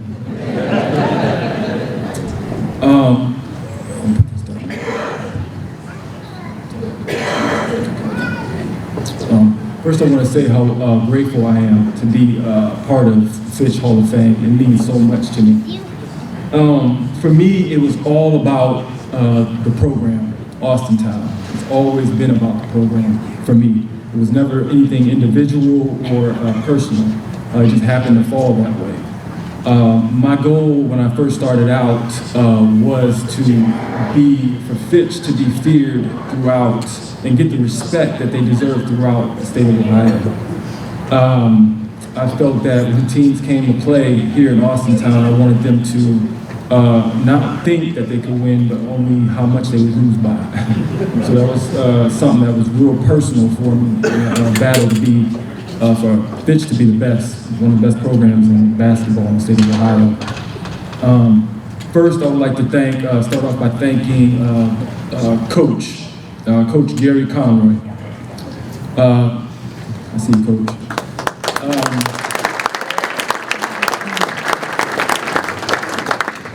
He was a very integral part for me moving, coming from Colorado. 5th grade, it was a very, very tough transition coming up. And Coach Conroy, what he taught and watching how he carried himself around the program and how much respect that he commanded from not only his players, but from the community. We would have open gyms, and it would be everybody would come down to Fitch for open gym, all the teams in the area, and I could see how the coaches respected him and how much he was, loved and admired.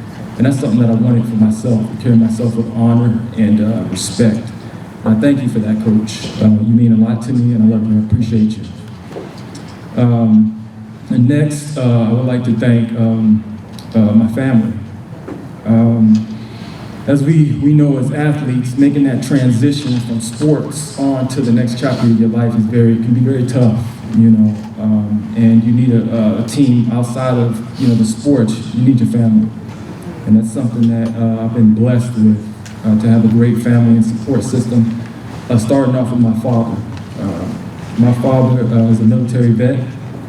Retired, worked at the federal prison, retired. And what he was able to do and, you know, accomplish and work so hard for us every day, I see that. And, you know, going forward, even after my basketball career, his support has been very instrumental to me, just moving forward. I also would like to thank my brothers, Tyron and Damian Erbil. They've also been very, very dear to me in making that transition on to the next chapter of my life, and they've been there for me throughout it all. You know, basketball, whatever it may be, you know, going out on the town, whatever. You know, they've always been there. And lastly, here, my boys, Nathan, Chris, Brandon Bass, childhood friends. I thank you so much for being here, and they've been great friends to me. I love them to death. Love all of y'all to death. Thank you. And last but not least, my lady Edith. She works very hard herself, and she's been a very, very big part of my life. And I love you, sweetie, and I thank you. Finally, I just want to say I'm thankful to everybody here tonight and for your time. And go Fitch, go Falcons. Thank you.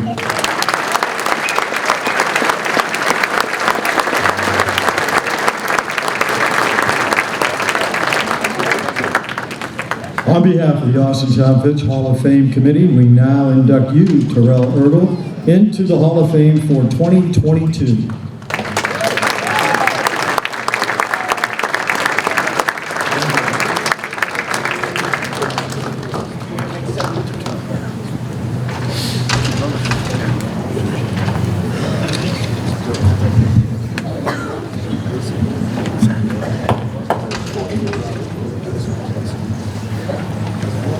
All right, our next inductee will be inducted into the category of wrestling.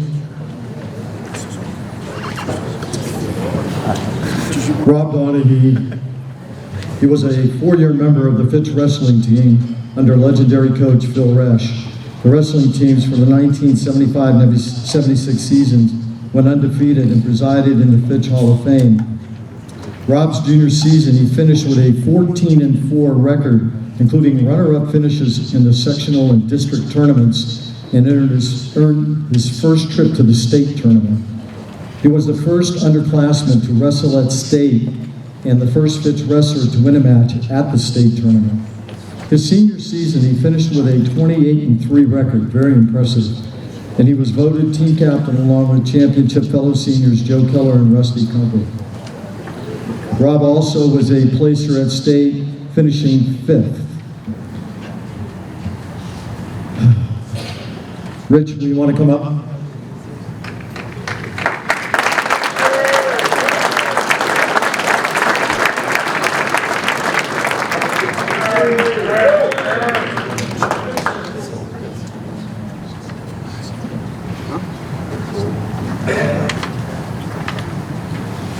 This is going to be tougher than I really thought it was going to be. A lot of you know us, our family. We're 3 generations ago in the Fitch. But this is a super honor, and me and my brother are really humble. But about 6 weeks ago, we got diagnosed with colorectal cancer, and he can't be here tonight. I talked to him on the phone before I came here. He got his radiation last week. He was getting chemo this week. You know, his spirits were up. He got to go for a ride today and get out of the house and stuff, and it was a pretty day. And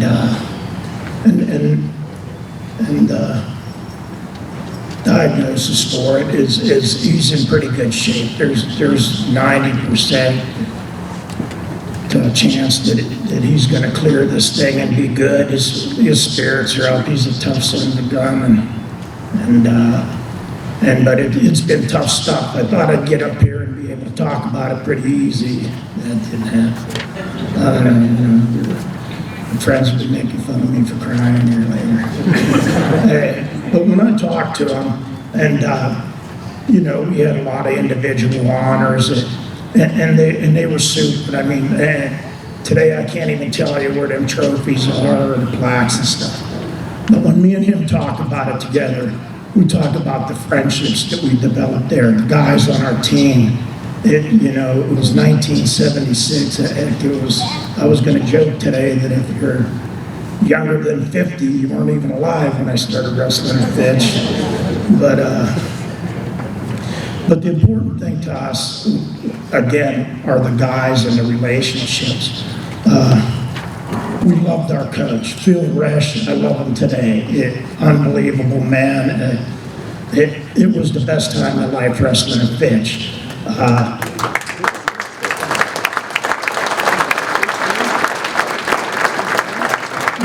My teammates, many of them are here tonight. Wrestling's been such a big part of my life. I have a cabin in the Allegheny National Forest with Jimmy Shina and Joe Keller. We go trout fishing together. His cousin Matt comes up. Mike Hardy has a cabin right next to me. Him and his wife Shauna came in all the way from State College, Pennsylvania today to be here with me. My family's here. I know my brother was touched. I'm a little pissed that he's getting robbed out of this moment, because it's a special time that you can share with your family. I wanted his kids to see him in this light. I wanted his grandkids to see him in a moment like this, and he got robbed out of it. But again, I'll try to get on a positive note here. It was our friendships. We get Christmas cards from them guys. They call my mom. They call us at Christmas. They call us at Thanksgiving. We talk to them all the time. I'll never forget one of our, I'm going down a black road here, but we had a teammate pass away. I remember Davey Gavalier. He was a state runner-up for us then, younger brother of Bobby, who's the police chief.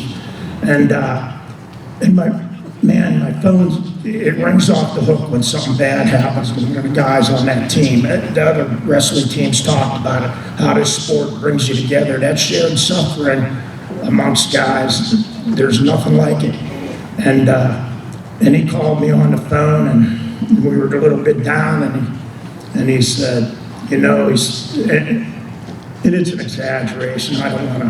I've never been to the military, I don't want to put nothing about a war, but he said, the camaraderie you feel when that bad thing happened and everybody started calling, because this is how guys must feel that are in the military together. Something bad happens like that. It's that kind of camaraderie. Again, he wanted to make sure that I thanked everybody, the committee and stuff. He was touched to be invited to this. We had a little story kind of joke, and I guess I'll tell it. I called him when I found out. They couldn't get a hold of him on the phone when they found out that me and him got inducted into the Hall of Fame, and Mr. Mokish called me. I was pretty excited about it. But my brother doesn't like attention too much. He's pretty quiet and likes staying out of the way. So I called him up and I said, man, something terrible's happened. And he said, oh man, don't tell me another one of our friends is sick or passed away or something. And I said, it's even worse than that. And he said, what's that? I said, you got inducted into the Sports Hall of Fame at Fitch. He said, oh geez, he said, it is worse than that. He was just kidding, we were joking. He's like that, if you know him, our sense of humor is pretty rough over there.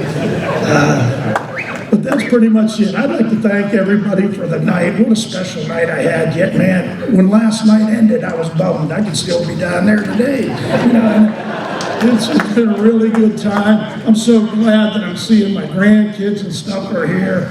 And then I'm at that age, I wrote down on a piece of paper all the stuff I didn't want to forget to say. I forgot the paper.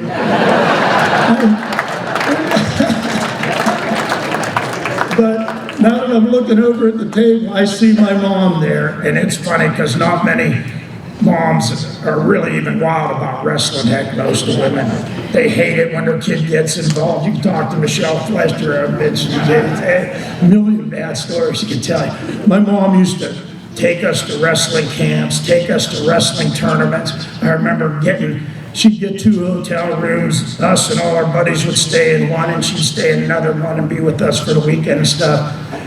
I had so many great people in my life that helped me accomplish the things that I did. My dad was great. He can't be here today. He passed a few years ago.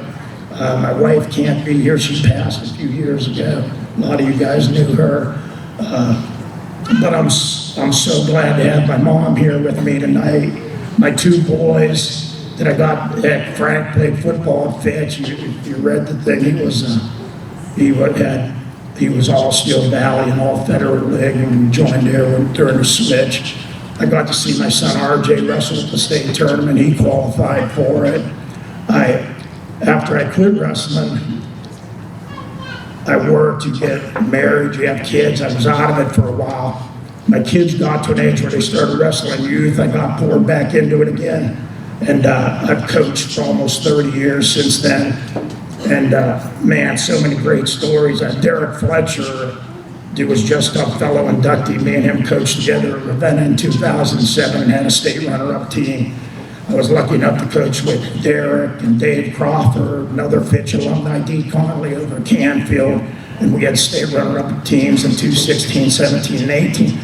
So a lot of success has come my way, but man, it isn't because of me. I've always been surrounded by supportive people, great people. Man, when I look back in my life, I've been lucky as can be. Just super. So again, I'd like to thank everybody for this night. Thanks for putting up with me there. And man, I really appreciate everything that went into this weekend, and thank you so much.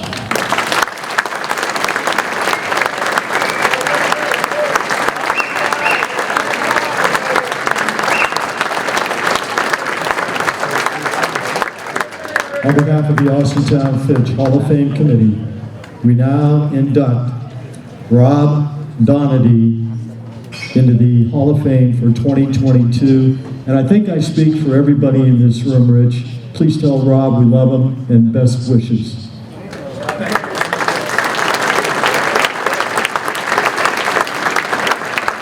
Okay, real quick. I think he's gone over everything. He might have a few more words to say. He's usually not at a loss of words.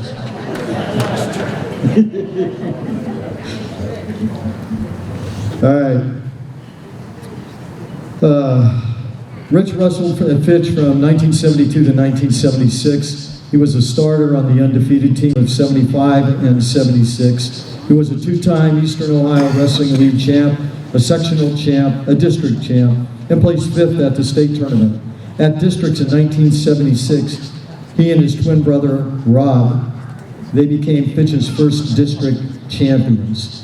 As he mentioned, he was a coach at the youth level for the Eastern Division for 13 years. He coached at Austintown Middle School, Canfield Middle School, and Austintown Youth. He was also an assistant high school coach, as he mentioned, with Derek Fletcher at Ravenna. And he is also, where are we at here, Rich? There's a lot to look at. And the Eastern Ohio Wrestling League Hall of Fame in 2014 inductee. Rich, you got anything else to say? No, I appreciate tonight again. The last one, we'll get the heck out of here. Thanks for everything. All right, so on behalf of the Austintown Fitch Hall of Fame Committee, we now induct you, Rich Donady, into the Hall of Fame for 2022.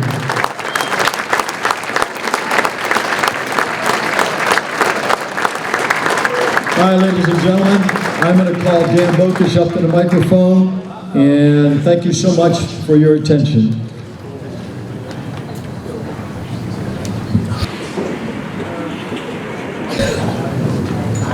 So, I was going to wrap this up.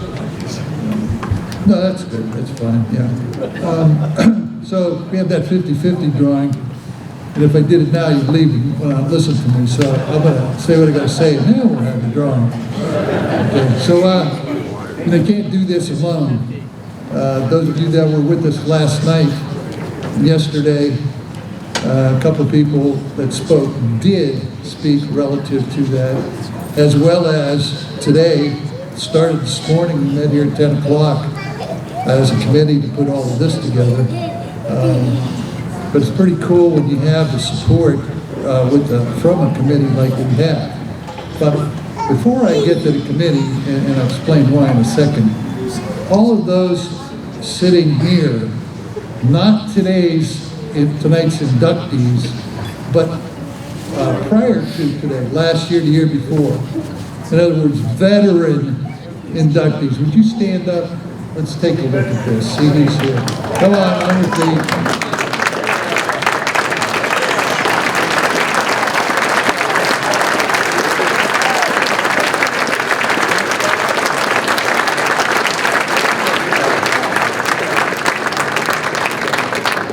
Yeah, it's kind of cool, and even last night there were a few people down there at Quaker Steak that are in our, I guess you would call it an organization of Hall of Famers.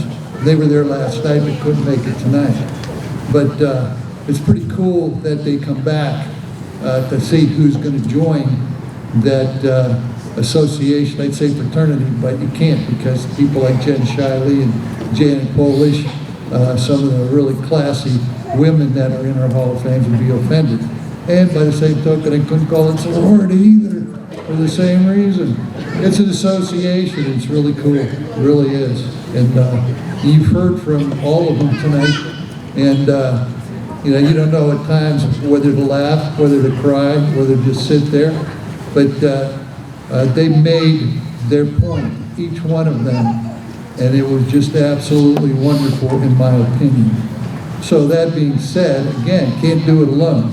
So let's bring up the committee and stand alongside me up here, please, and I'll introduce you once you get up here. And,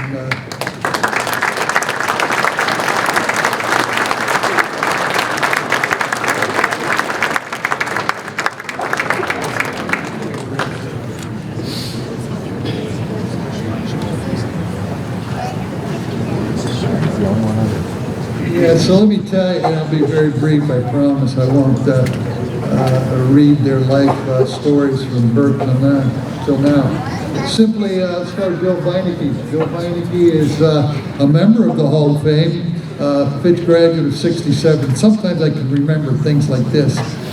67 graduate, I think that was with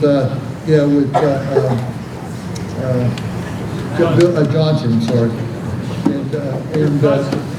What? Your cousin. Oh yeah. Where's Randy? Yeah, that's right, Randy, my cousin, another graduate.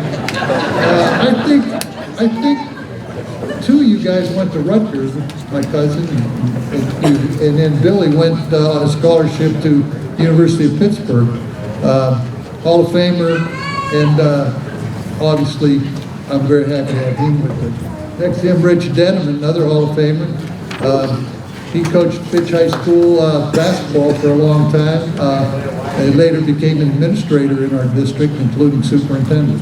And next to him, Marilyn DeRaymond, you heard her name several times tonight, a social studies teacher at Fitch, and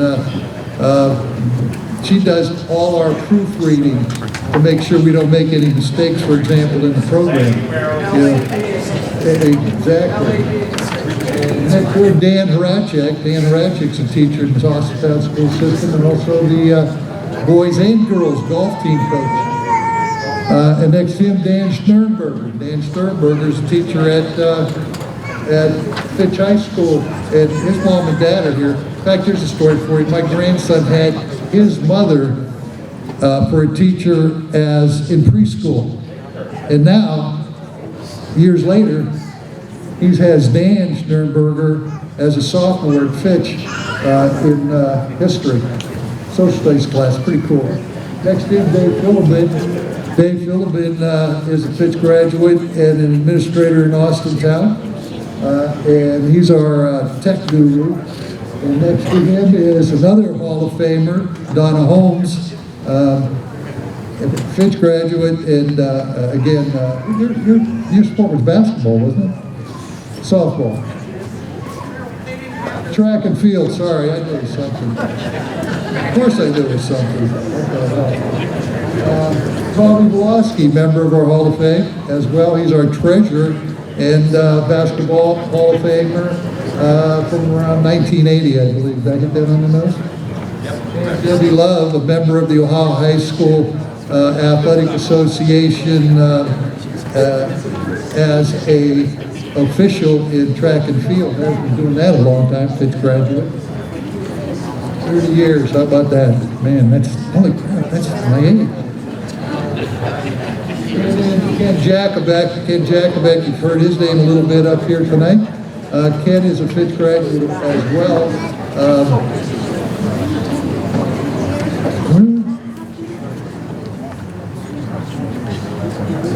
How's it going over there? Yeah, Ken Jacobek and his efforts, so this is a little bit off the subject, a little bit, has made the Austintown School District, I don't know, that party looks a little bit better than this one. Austintown community, the Austintown School District leads the state of Ohio in what is done for veterans. That's Ken Jacobek.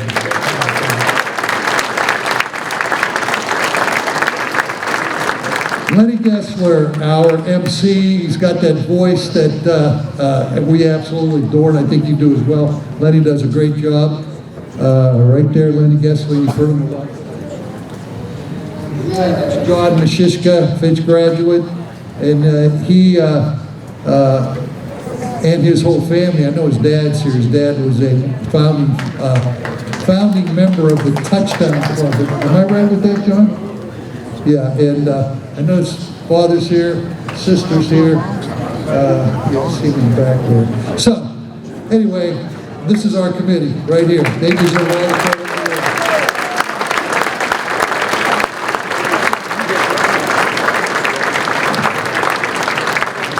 And finally, to all of you that, first of all, I appreciate all of you waiting and standing around. There have been times when I see people that are related to somebody that just was inducted and then, oh, they're gone.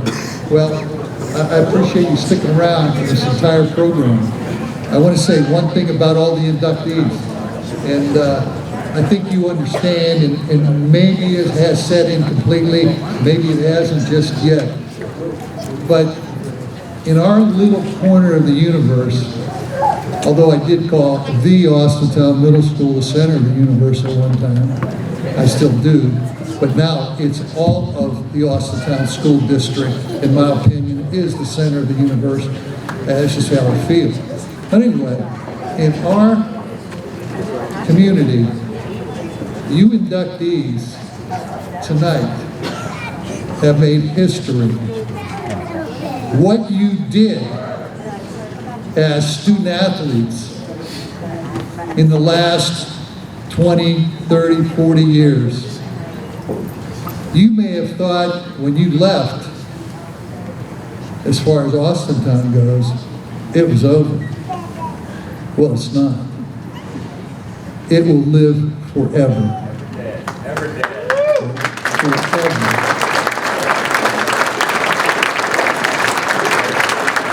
There was talk not that long ago about replacing Fitch High School, which was opened in 1968.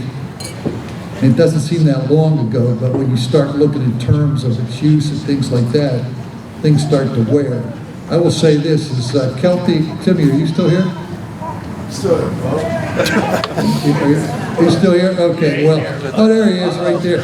You take a walk through Austintown Fitch High School, and with him in charge in the last couple of years, on the inside, doesn't look like it did like 10 years ago.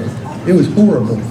When we put up the Wall of Fame in 2017, I believe it was, we made sure that if that school ever goes away, the Wall of Fame won't.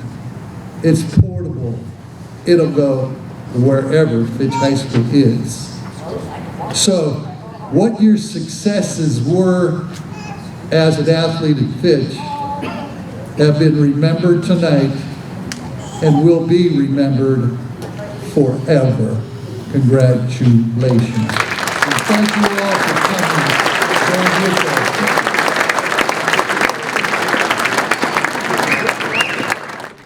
Welcome in, everyone, to the 14th Annual Austintown Fitch Athletic Hall of Fame. I'm Kathy Mock, and I am an Austintown School Board member, and I am so very privileged and honored to be able to be your hostess tonight. You're going to be hearing some interviews from our inductees. There are 13 of them and one team. It's going to be a great evening for all of them and their families. So sit back and relax and listen to these great stories of these athletic inductees.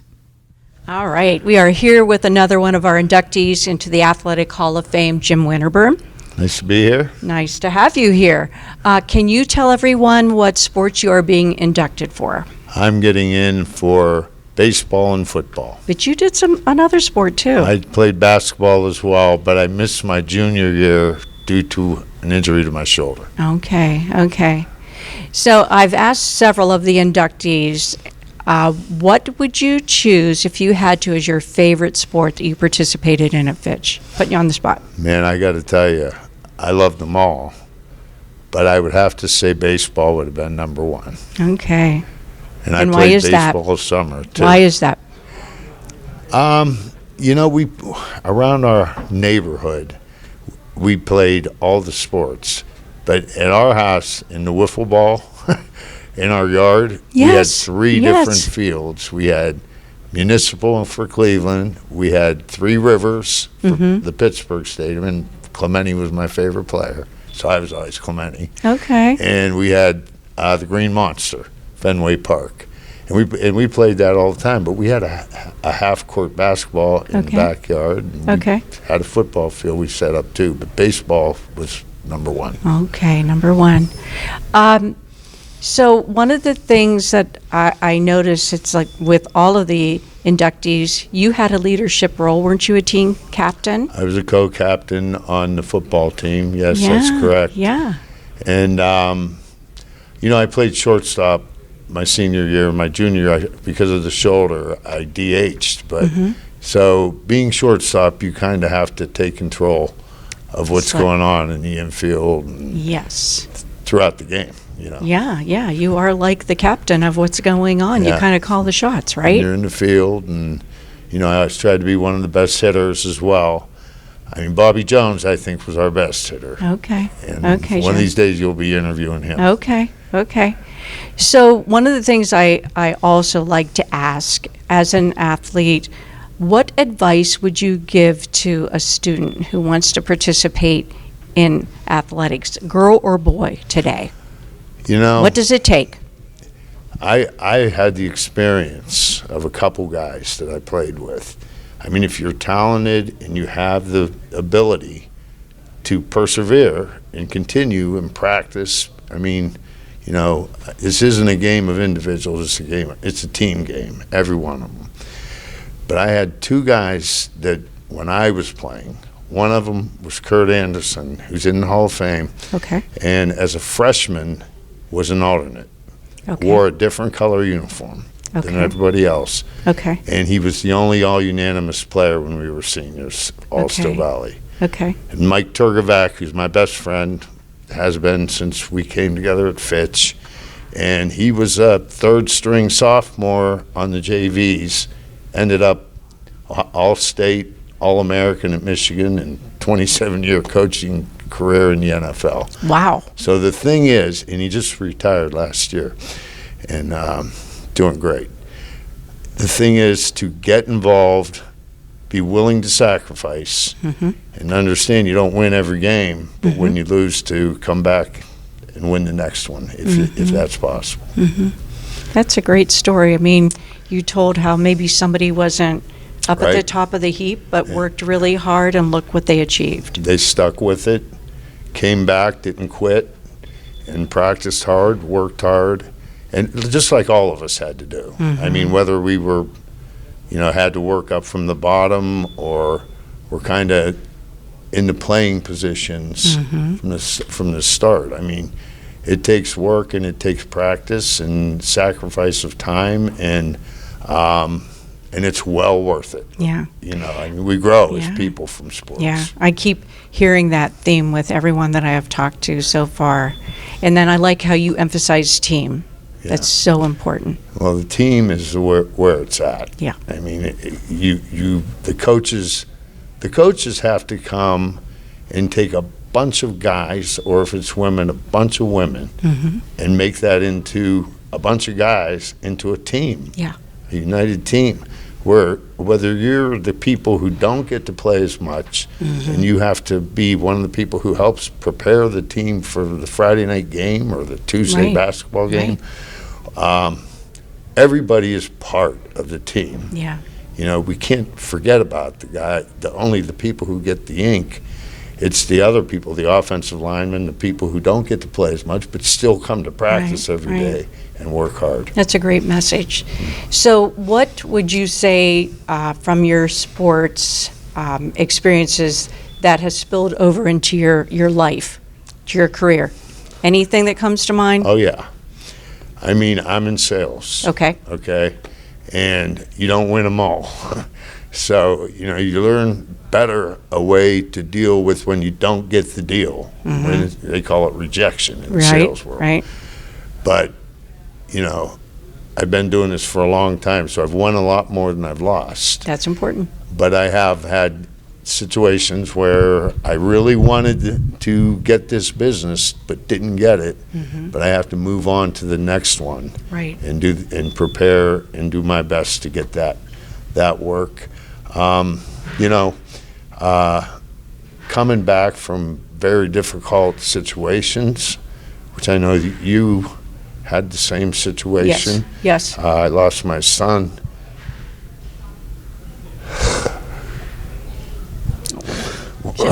Jim, it's okay. It's okay. It's okay. It's okay. It just hit me. I know. And it happens. I know. But I know. I lost him when he was 10. I know. And that was in year 2000. And to understand and through faith that they're always with us. And same year here. Same year here. Always here with us. Yes. So I guess life teaches us to work through adversity, and that's what we do. And I just want to wish you the best. Thank you. And you're going to have a great evening and well-deserved induction into the Athletic Hall of Fame. Thank you very much, Kathy. I appreciate it. You're welcome. You have a great night as well. We are here with another one of our Hall of Fame inductees, and she is our only female inductee this year, Jennifer Shiley. Yes.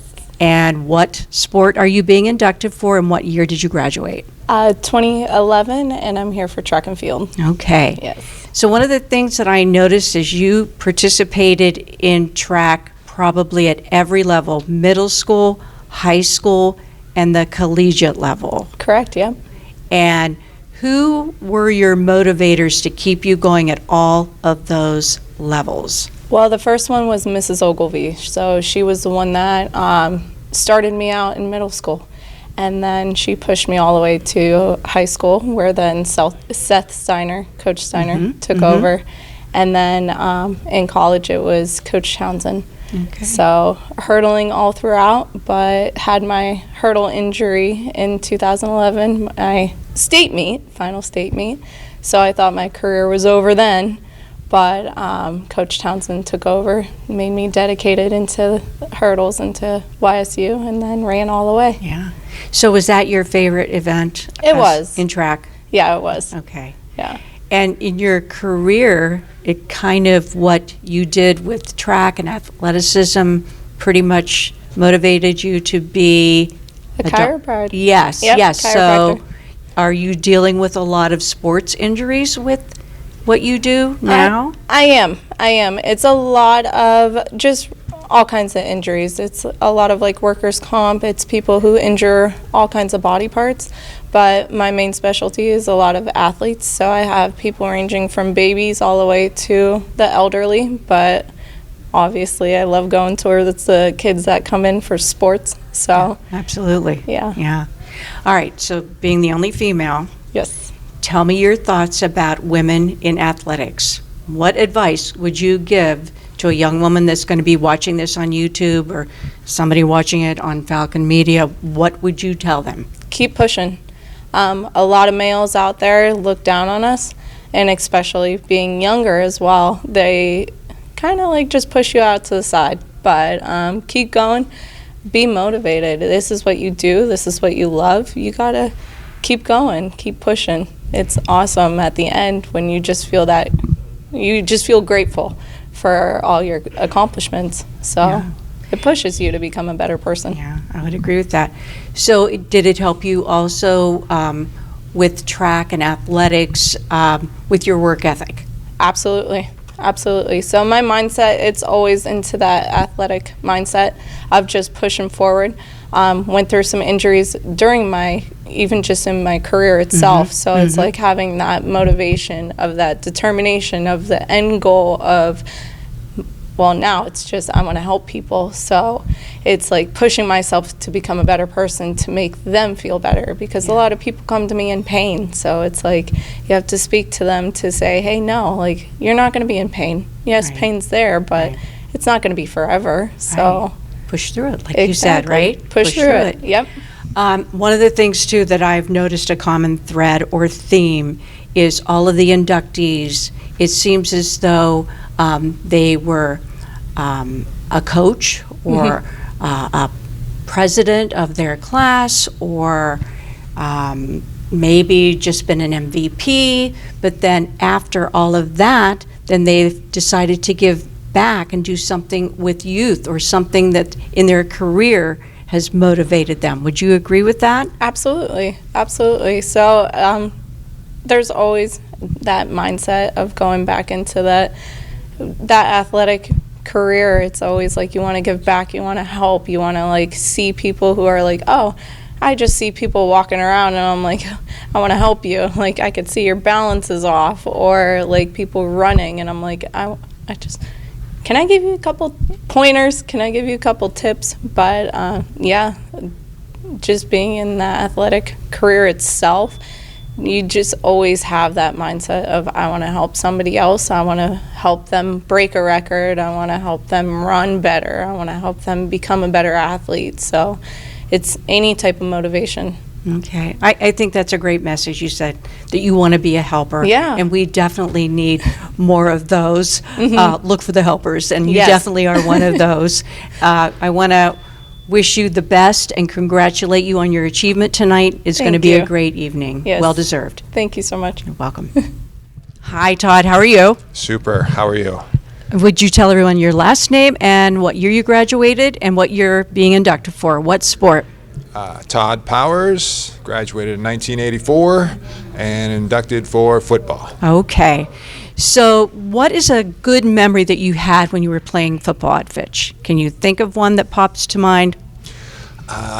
There's a lot of them, but you know, it's been a lot of years and taken a lot of hits to the head, so it's a little fuzzy back then. Okay. But my junior year when Here we go. when we won the Steel Valley Championship outright after we beat, I believe, Mooney or Ursuline for the final game. Okay.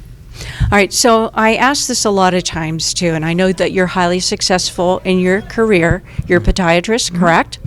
So, but you started at Fitch, and of course you had that athletic experience. So do you have any experiences that you feel have spilled over into your career today that have helped you in your profession? Definitely yes. As far as athletics go, I mean, there's teamwork, there's discipline, there's commitment, you know, everything outside in life, basically in the outside world, right, not on the athletic field, takes all that to be successful. Right. Have you treated a lot of student athletes in your career being a podiatrist? Some. I've done some. Some, okay. All right, very good. So what advice would you give to a student who's considering going into some sport? Should they do it or not?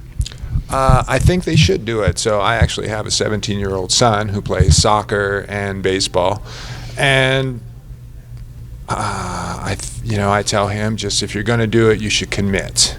So don't do it halfway, and if you're going to do it, just commit to it, put in the hard work, and then the rest will pay off in the end. Okay. And that's pretty much the theme that I hear tonight with all of our inductees like yourself. You've got to put the work in.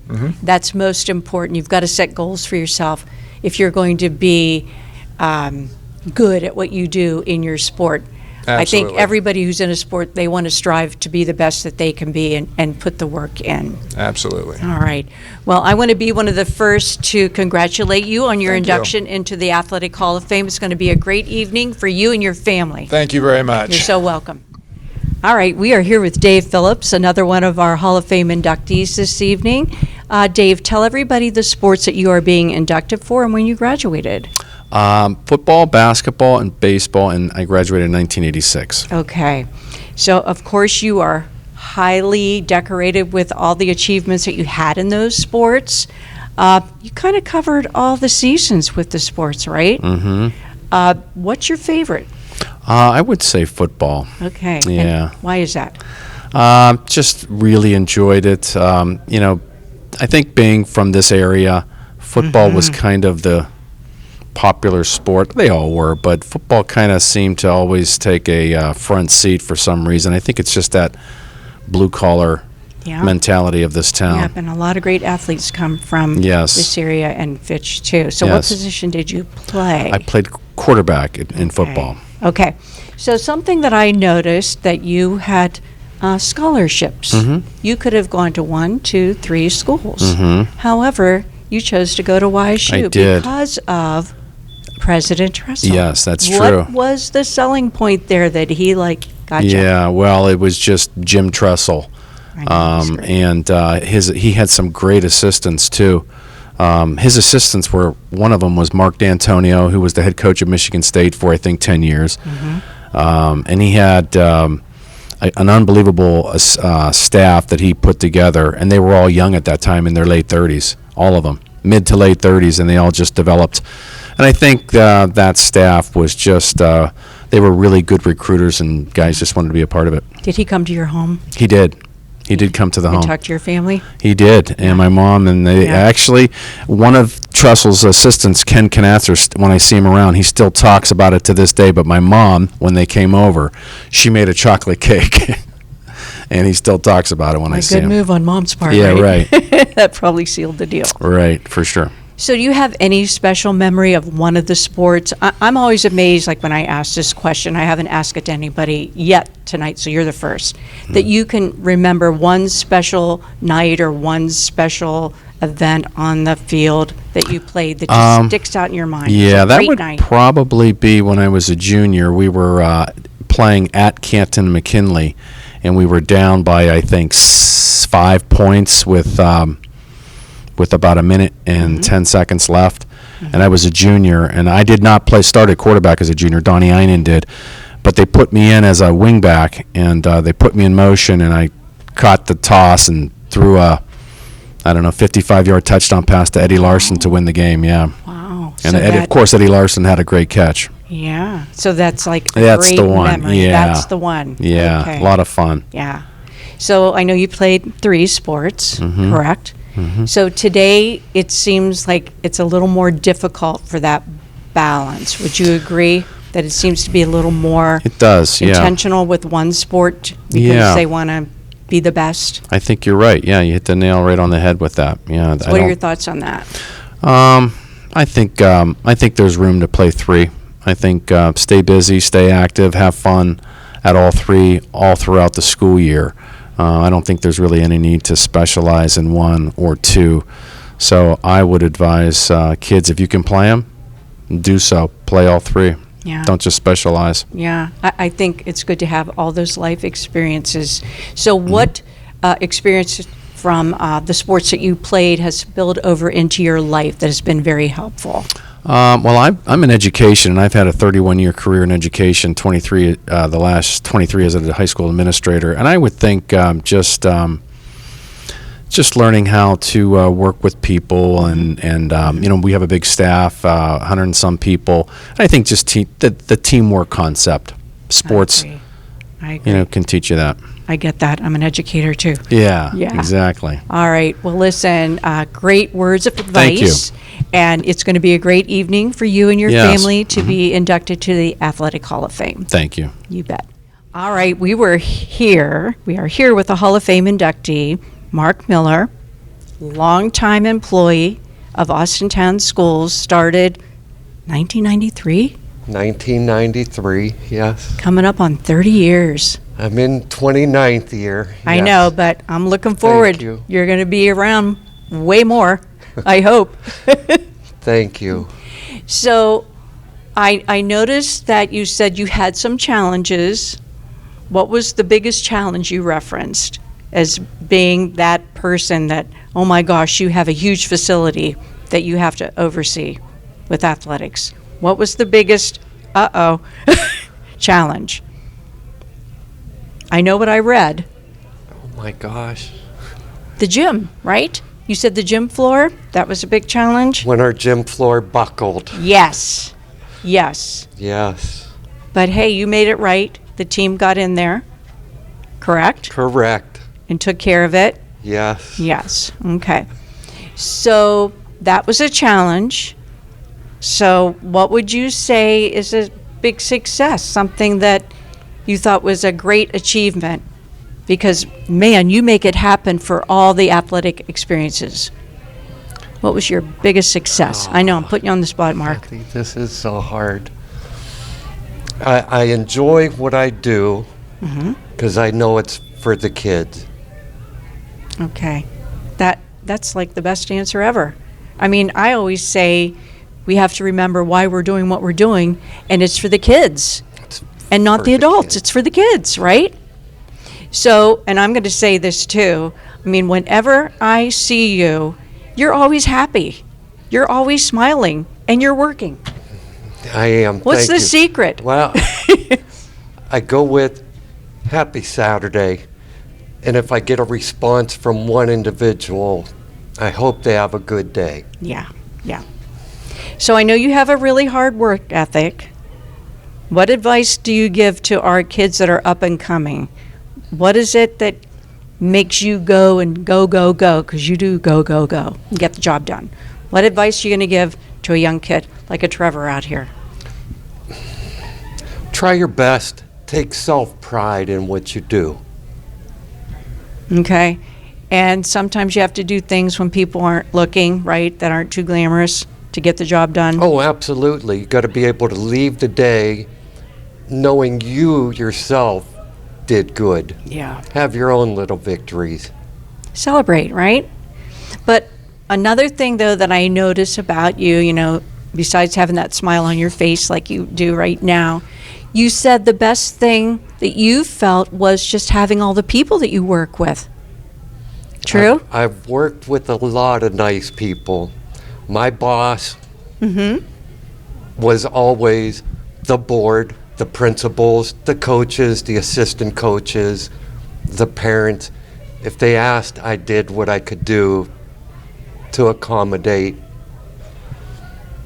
I know. And like I said, you always do it with a smile on your face.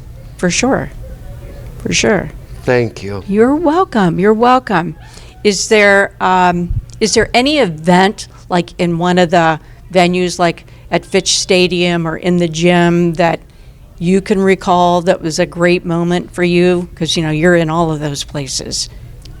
Anything that sticks To out? watch and see, they all are.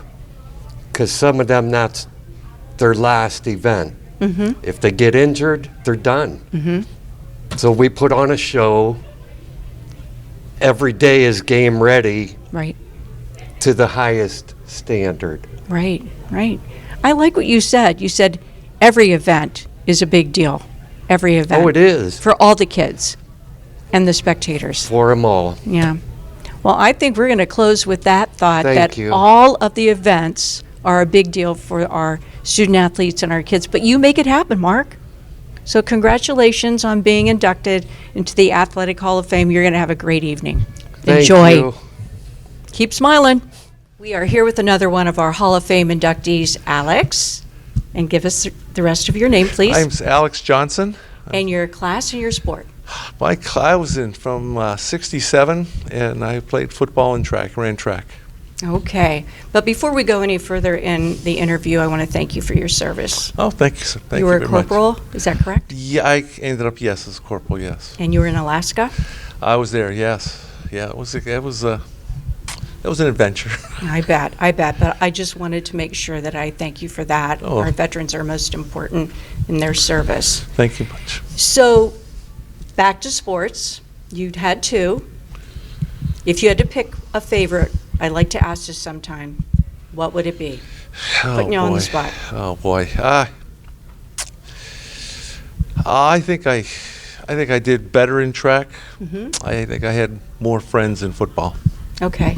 And would you say track is more of an individual sport, where football is more about that team camaraderie? It's definitely, I'm pretty sure it's like that. You have, you talk to your teammates in track about what motivates you and what you do to get better. But on football, it's all about morale and doing your job so that everyone else can. So with track, what is it that you had to do? I'm sure it was like a daily basis. Track can be pretty grueling. What did you do to keep yourself ready to go? All right. Well, we had Coach Mike Garcia was he was that name. He was the initiator of tradition, I think, here in track. And he told me, if you want to set records, if you want to be a name here at this school, you have to run twice a day. He says, you need to get up in the morning and run for an hour before school, shower and come to school, and then work out after.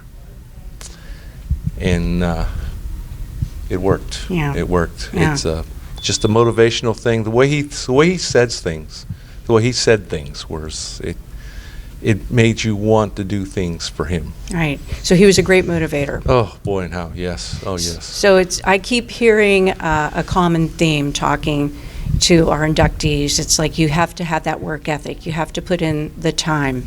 But boy, track in the morning, first thing before you go to school, and then after as well. It's what your coach asks of you. You know, it's like he can't watch you, he can't be there, but he's got to know that you're putting the work in because he sees the times change. Right. So he was not only stressing that you need to work hard and strive, but he's like building character too. It's true. Yes, he was very good at that. Very good at that. Okay. And then I noticed something else about you too, and it seems to be a common thread in most of our inductees too. So you were a class president. So you were a leader of your class. It's different now than it was then. Back then, it was more of a personality contest. Okay. And I played football. I ran track. My name was out there all the time, and all the guys from sports would vote for guys, and it's just the way it was more that than, and student council was not much of a rule-making thing like it is now. It was very, we're talking 55 years ago. But I'm going to say this, so I don't want you to downplay that. So everything's about relationships. So you obviously had good relationships, and you were able to get elected to that position. You could say it that way. You could say it that way. The guys were pretty close. We played together, worked together quite a lot, and that's important. And I knew a lot of people. I knew people in classes. I wanted to know their names. I wanted to know who they were and some things about them. So I knew a lot of people. It wasn't just a close clique. And that's important, and that's part of that team building too. Okay, I agree with you. Okay. So there are going to be people watching this interview. What advice would you give to someone watching from your athletic experiences that helped you moving forward in your career in life, or even your service in the military? Okay. I think I think that the main thing is to show up every day, is to think about what you have to do and how you have to do it, and make it that not just show up. You have to make happen what you want to have happen, and do it every time. It's the consistency of the endeavor, I think, that works out. I agree with that. Sounds like you had great goals and you achieved them, and that's why you're being inducted tonight into the Fitch Athletic Hall of Fame. So congratulations. Well, thank you very much. You're going to have a great evening. I think so. It's all been very nice so far. Good, good. Well, congrats again. Okay, thank you, hon. You're welcome. We are here with Brett Powell, coach, teacher, motivator of the 1996-97 wrestling team. Yes. All right, what made this team so great? You would know. Just a bunch of hard-working guys that were B and C type athletes, but when they worked up to the level that they were A and B athletes, overachievers, just really quality kids. I mean, I couldn't ask for a better bunch of guys to be able to coach. Okay. And I know a lot of those individuals that were on the team are being inducted tonight. Yeah, there's a couple. Yeah. Yeah. So we're very fortunate. Yeah, it's a nice bunch of guys going in. It seems like a lot of wrestlers. Yes. Yes, and that's a good thing. And I know too that wrestling was a sport that has started like way back in the day, before athletics probably even had a name. Oh yeah, you're talking. That's man's oldest sport. So exactly. That's why I brought it up. Yep. That's why I brought it up. Yep. So for people who are watching out there, so what is it that you do as a coach to motivate your team? I know it's very individual once you get out there on the mat. It's just you and that other guy. It's kind of broke. Yeah, really. That's the new thing now. Is a lot of girls are involved and they're very good. But the boys that I had, they came in with a mindset that pretty much anything we threw at them, they would get through it. They would benefit from it, and the team aspect of it is really kind of neat as a coach, because like you're saying, you did have 13 or 14 individuals that would go out and wrestle, and we would get to see the culmination in the final score in the dual meets. And in the tournaments, we had phenomenal tournament wrestlers on that team. They were just guys that would go out, and they would place in almost every tournament. Every kid played a part on that team, though, that we had a saying, you're only as strong as your weakest link. I really look back and say we were very fortunate we didn't have weak links. I like that. We had tough guys. Okay, I like that. I may have to use that saying sometime. Yeah. So, and I'm hearing too, it sounds like each of the individuals, they lifted their teammates up so they could do their very best. Well, the competition in the room makes individuals better. In turn, that makes your team better. And those guys were very competitive. They came in and, like I said, it was a substantial amount of time and work, and nobody ever gave less than their 100%. Yeah. And one of the things too, I'm hearing that some of your students that you coached, they all went on to contribute to youth wrestling. Oh yeah, and we were fortunate on that team. There was a state champ, a state runner-up, and both of those guys ended up going to the national tournament that year. And Steve Sledfold ended up being a national champ. Greg Fonda was a state champ for us. He placed at the national tournament, 6th. Steve had, he was 2nd in the state, and he was a high school national champ, and that's a real rarity in Ohio alone for those guys to go in and do that. And it was really an honor to get to coach guys like that. Are there a lot of the team here tonight? Do you know? Yeah, it was a pretty. I know last night I saw those guys at the game, and it was wonderful. And there was 20 plus that showed up. Well, I have to say, a lot of that is a tribute to you too. That you had a great leadership quality there, and you were able to motivate them. So that's a tribute to you too. Well, I appreciate that, but again, what a great bunch of guys. I bet. Well, listen, enjoy the evening. I will. So good to see you again, and congratulations on your leadership with that special team. Thank you so much. You bet. All right, we are here with another one of our athletic inductees into the Hall of Fame for 2022, and I'm going to let this gentleman introduce himself. Hi, I'm Dr. Steve Hare. I live in Clearwater, Florida. I graduated in the class of 1985, and I guess now I'm the class of 2022. For the Athletic Hall of Fame. Absolutely. Yes. And your sport that you're being inducted for. Track and field and cross country. Okay. So that is pretty much an individual sport. Would you agree with that?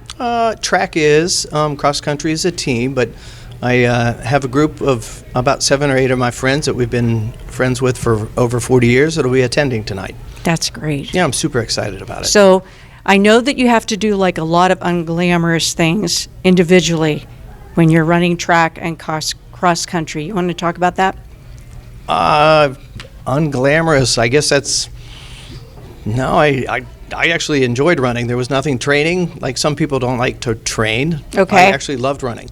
It was just a beautiful thing to do. So would you do it early in the morning and then after school as well? Yes, twice, some days, yeah. So that takes a lot of dedication. There's some time. Yeah. Yes. Yeah. For all of us. Right. Absolutely.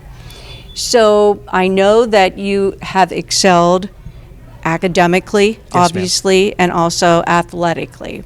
So how did you do that balance at Fitch with both? Yeah, it was a difficult thing. Probably the more difficult one was the athletics, Okay. to be honest with you. Yeah. Right. And I had good parents. Okay. Parents are always a definite plus. Having a good home, having a mom and dad that care and that will help you out with homework and quiz you. So you got to give credit to my parents. Right. So the other thing too that I've noticed, so since you've left Fitch, you've really excelled being a doctor. Thank you. You're not only a doctor, but you are a teacher. You've Yes, ma'am. been sought out for that and given awards because of that as well. Been elected president of different organizations that are affiliated with the medical profession, correct? That is correct. Yeah, Okay. I'm currently the president of the medical staff at Morton Plant Hospital and the medical director of the emergency department there as well. I've been there over 20 years and had received the Physician of the Year award. I know, amazing. In 2017. Amazing. So I do a lot of community work as well. Right. To give back to our community. So I volunteer on other boards, including school board, EMS board. Mental health recovery board? Absolutely. Right. Yes, ma'am. So how do you balance that too? I mean, you are just phenomenal in what you are doing, you're achieving in the medical world, and then you have time again to give to nonprofits. Would you agree with that? Yeah, the more you give, the more you get back. Yeah, that's Yeah. pretty My motto is, yes is the answer, what is the question? Okay. And can you solve the problem, right? Absolutely. Don't be a problem maker. Nope. Be a problem solver. Okay. That is correct. So I have to, I had mentioned you kind of like on a side conversation that you were on a school board. So how long did you serve as a school board member? This was in I believe Florida? About 8 years. Okay. Yes, yeah.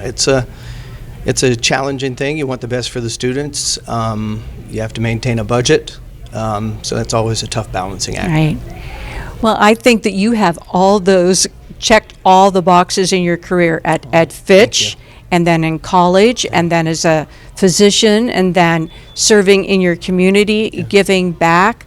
And no doubt that's why you are here this evening. Thank you. Of course, we're celebrating your athletic prowess, but I think there are so many other things that you should be celebrated for. So congratulations on your achievements at Fitch, and then some. It's going to be a great evening for you. I hope your family's here as well. Well, I was going to say my biggest accomplishment is being a good husband and a good father to my wonderful children. And I love them so much. And I'm so happy that they're here tonight. My mother's here as well. That's the most important thing. That is the best achievement. Couldn't agree with you more. Nice talking with you. Congrats My pleasure. again. Thank you so much. All right. We are here with one of our Hall of Fame inductees, and I'm going to let you introduce yourself. I am Michael Hahn. And you are being inducted for? For wrestling and track. And what year did you graduate? 1973. Okay. So I noticed something very unique about you. You are from a family of 10 children. Is that correct? Yes, I'm the youngest. Wow. Yeah. What was that like? It was interesting. You learn to be competitive very easy in life. Okay. With 6 brothers and 4 sisters. So. And then something else that I noticed about you, one of your brothers was an inspiration to you. Yes, my brother Rod, who started me with track and stuff like that, he pole vaulted. He had the record in 1968 for Austintown Fitch. Broke a 40-year-old record, Rib Allen record, that was made back in 1928 with a bamboo pole. Yeah, my brother how broke about that. So. But I know you didn't really, that wasn't your passion. Talk about your passion. Now What sport? Wrestling.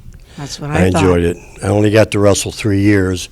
My freshman year, I couldn't go out because I broke my arm off, or broke my elbow. I saw that. So- I saw that. So I just enjoyed it, and I like being physical. And something too about wrestling. I mean, that's like the oldest sport back in time. Okay? Oh, yeah, yeah. And it's an individual sport. What did you have to do to prepare for your meet? Is that the correct term? Or your Yeah, the meets. Yeah, it was just something you try to prepare mentally. I was always nervous, chewing my nails and stuff, and everything was really nerve-wracking until you get on the mat and you grab that guy. But just worked hard, kept in my mind, just was positive. Try, hey, let's beat this kid, and hopefully hope for the best. So another thing too, I know again it's very grueling, it's an individual sport. I always hear about there's a certain weight. Is that something, a diet, is that most important as you're preparing? Yeah, that's probably one of the biggest things besides being in shape is your diet. Back then, diets aren't like they are today. You just lost the weight. My normal weight was probably around 175 normal, and I wrestled at 155. So what I would always do is start losing weight before school started to get my weight down, so I didn't have to struggle every week to make weight. Right. And I know too, something that I read is that you had adversity and you were able to overcome that adversity, and look what you have done. You're being inducted to the Athletic Hall of Fame. You had some physical adversity, not once but twice. You mentioned your elbow breaking. Yes, that, yeah. too. Yeah, I was born with a club foot. It was bent all the way. The bottom of my foot was all the way up flat against my leg. So it took them 7 years to correct that, and then I had surgery, and then I was one of Youngstown's Easter Seal children in 1960. Oh my gosh. But it just took that long to get it corrected and pull it down, and then so just was determined to do what I need to do. What a great story. I mean, you persevered through adversity. You had some physical challenges. So I'm going to let you give one piece of advice. What would you tell a young man or a young woman today about going into athletics?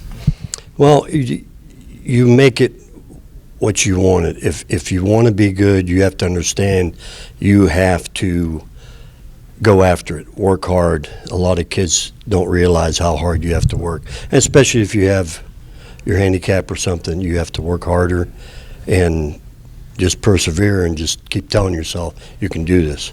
That's what my family kept telling me, my mom, my brothers, you can do this, just go ahead. So. And look what that hard work did for you. Yes. You are being honored tonight. I want to be one of the first to congratulate you Thank on you. your Hall of Fame induction, and it's going to be a great evening for you and your family. Thank you, I appreciate it. You're so welcome. Okay.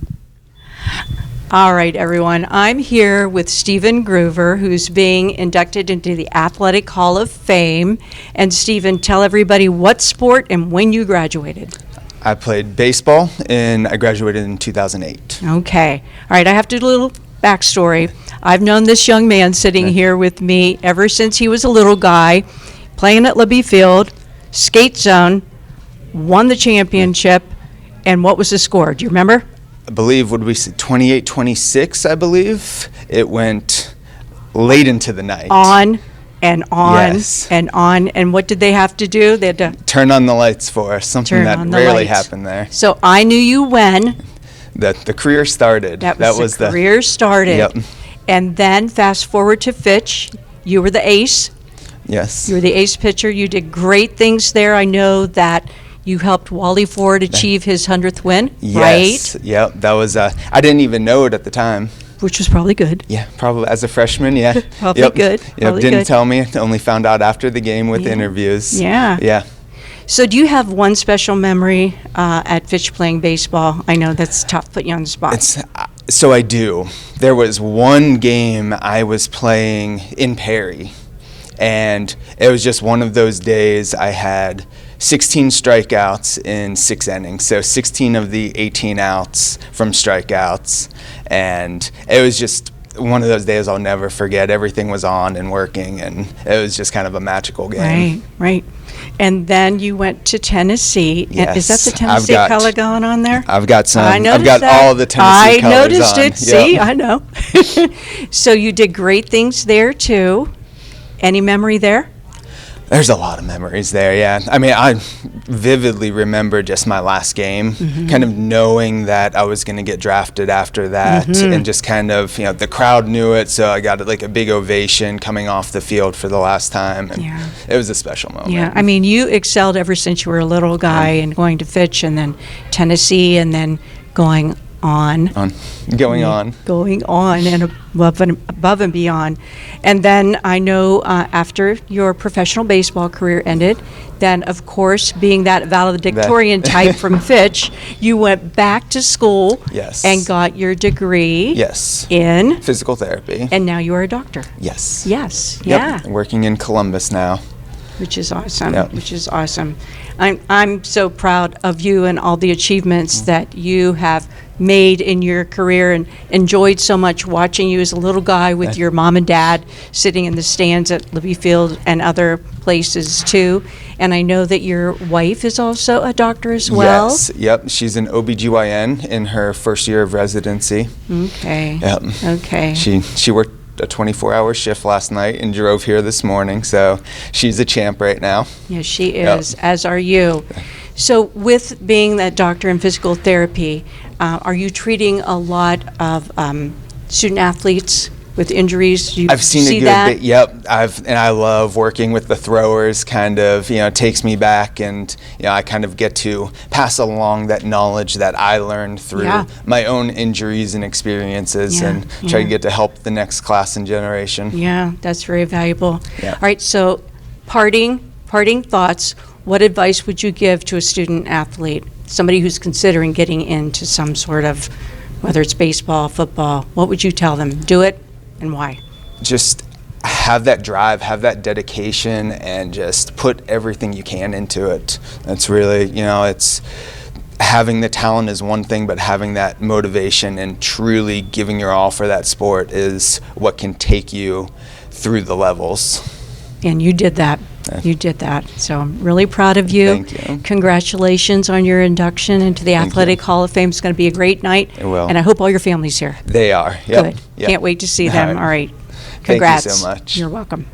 All right, we are here with Derek Fletcher, That's correct. who's going to be inducted into the Athletic Hall of Fame this evening. Do you want to tell us what sports you are being inducted for? Yeah, so I am Derek Fletcher, graduated in 1989. I'm getting inducted for football and wrestling. Okay, now I'm going to put you on the spot. So if you had to pick a sport, which one would it be? I think I know what your answer is going to be. Your favorite. You'd be surprised. Football was probably my favorite.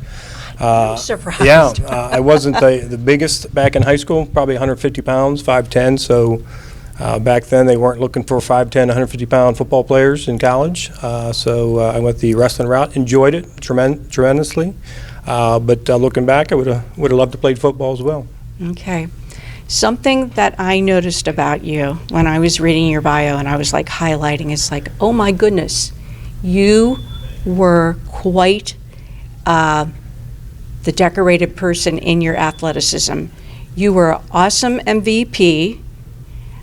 You were an outstanding coach in every facet, in football and in wrestling too. And then when you went on to Ravenna, All right. Yes, coaching? Yes. And then you were Coach of the Year several times. So I want to know, what was it? What were those leadership qualities that, your teammates, they wanted you to be team captain, and then you were MVP. I mean, you were phenomenal. Well, I appreciate Great leader. that. Well, I appreciate that. Well, I think it all starts with a work ethic.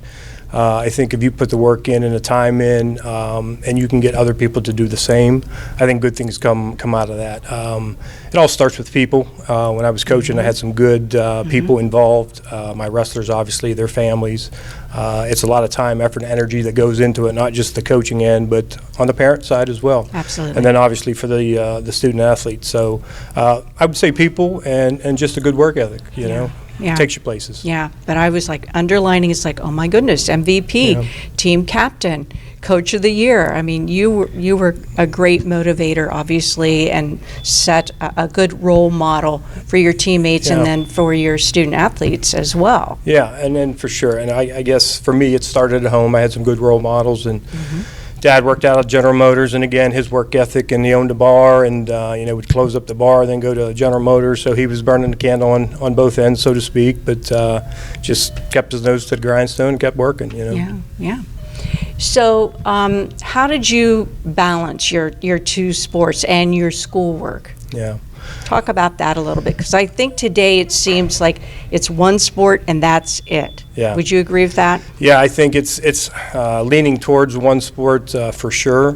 People want to, specifically devote time, effort, energy into that one sport.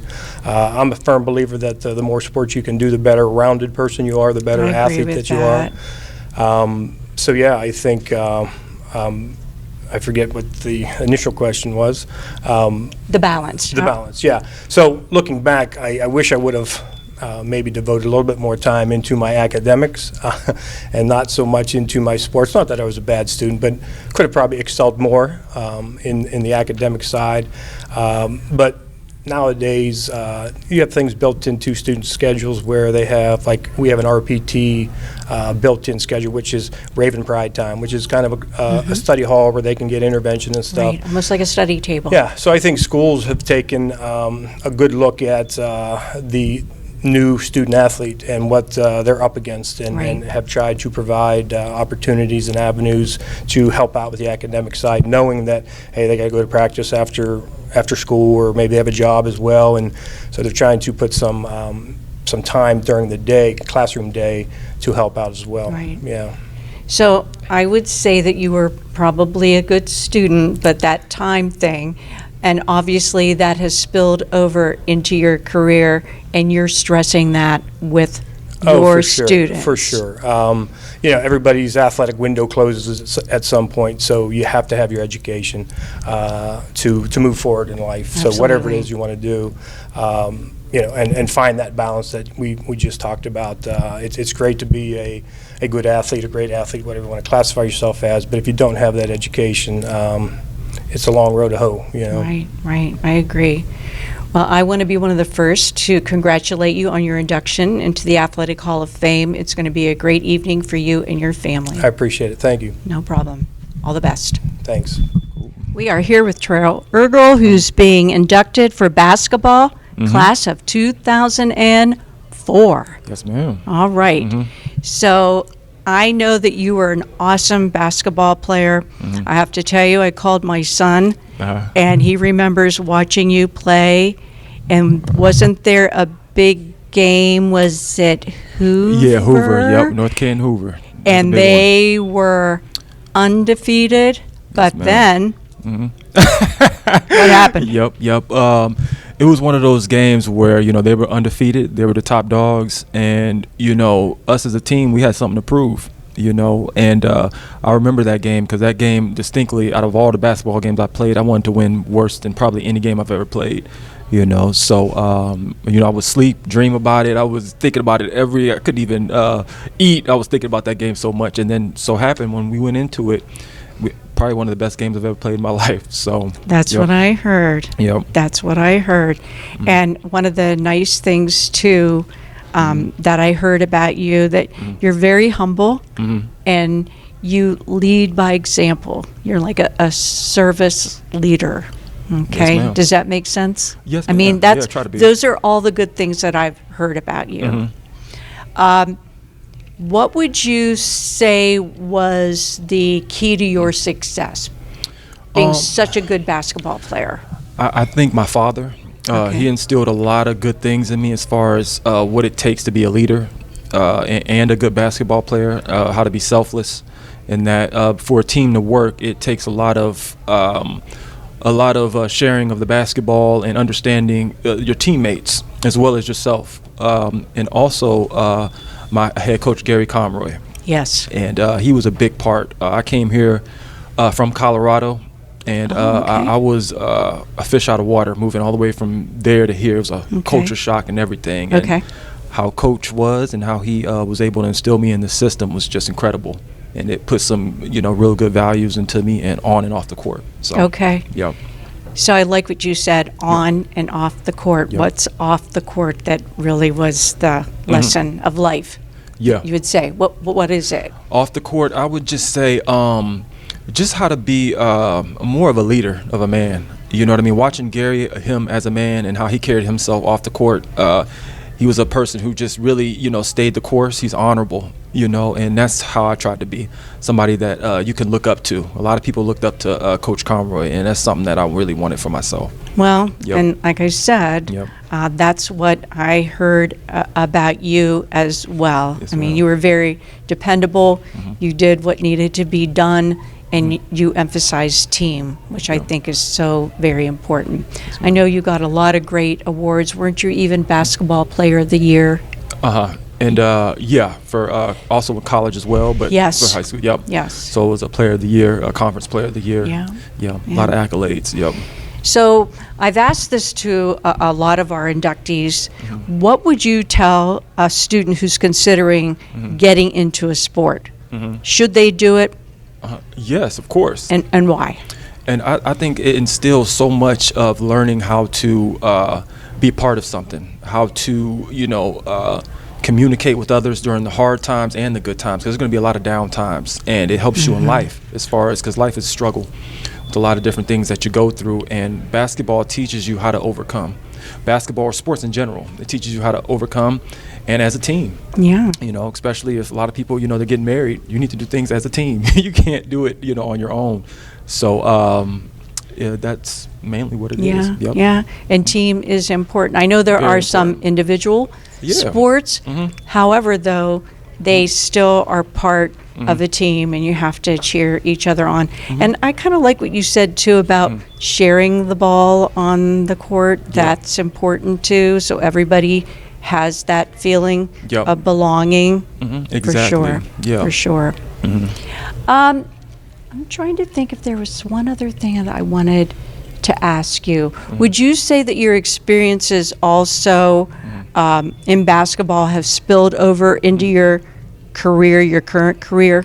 Oh yeah, definitely. The reason why with the career I'm in now with trucking, it definitely feels like a team atmosphere. It's that feeling of a lot of the guys, we are like family. We look out for one another, and that's something that really gravitated me towards that. Okay. Just being able to work with guys, and we talk very casually to each other. We're very honest with each other, and we hold each other accountable. And that, for me, that's huge, and that's why I fell in love with that, and that's, why I chose that. Yeah. Yep. Well, you were highly successful on the court Yep. and off the court, as you mentioned. And I like what you said, too, that your coach had a big impact on you. Yep. And it sounds like you are having a big impact as well in your current career with your colleagues. Yep. So I just want to be one of the first to congratulate you on your induction to the Athletic Hall of Fame. Do you have your family here with you tonight? Yeah, they will be here. They I will got be. my lady here with me now, but then my brothers and my dad, my father will be here as well. That's awesome. Yep. That's awesome. So, Well, congratulations. Enjoy your evening. Thank you so It's going to be a much. great one. Thank you. You bet. All right, we are here with one of our Hall of Fame inductees, and I'm going to let you introduce yourself and tell your sport. Okay, I'm Richard Donady. I'm from the class of 1976, and I was a wrestler at Fitch High School. Okay, and highly decorated wrestler. Yeah, we had some success. I was on very good teams also. We were undefeated in my junior year and senior year. And you were inducted as a team as well. Sure, twice before as a team and then now individual. That's pretty awesome that they had you Yeah, come it's back nice. again. So you did some great things. And I would be remiss, I know I read in your bio that you have a twin brother and that you two were like this. Yeah, when we were fighting. Okay, Just so that kidding. was, Nah, I kind of we were, yeah. Okay, and It was fun. And tell us a little bit about your brother. My brother Bob, he was a great wrestler. People always kid us and ask who was better, but I got to be honest, he was better. See, I was going to ask you that very question, how that worked. Were you two competitive? Did you kind of feed off of each other? You know, he was a 119 pounder. I was a 132 pounder. Our best friend, Brian Pays, was in between at 126. So we wrestled a little bit in practice and stuff, but we were highly competitive people, and I think so that's it was a good something thing. to see, I guess. I think that's yeah, a we good used to go thing. at it, but it's shared suffering in wrestling, having somebody to share them experiences with. I had somebody to run with at night and run on the weekends.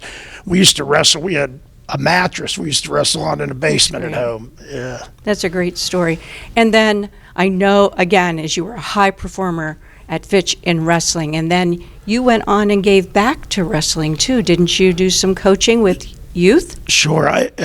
Total, I coached for over 30 years. I spent 13 years with Austintown Youth when my boys got the age where they were wrestling.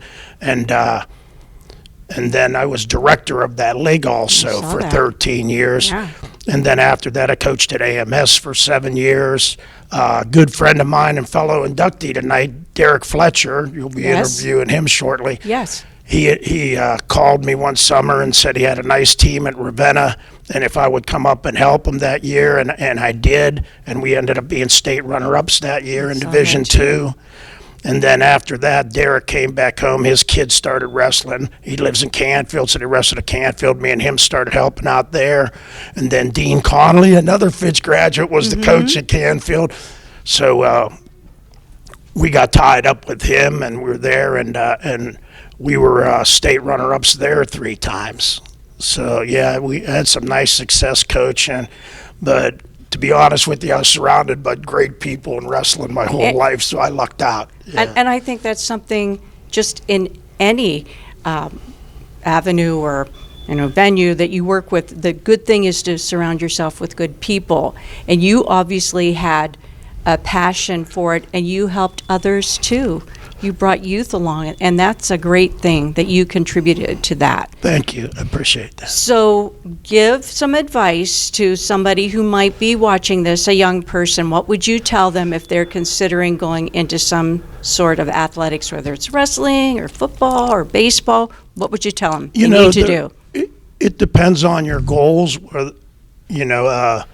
Being successful at anything, it takes a lot of work. You have to make a commitment. I always, again, lucked out. I had great parents that would take us places and to wrestling camps and wrestling tournaments. And but anybody, just work hard at what you do. And in the end, it works out well. I couldn't agree with you That's pretty more. much it. You just got to work. You got to have a good work ethic and that passion for that.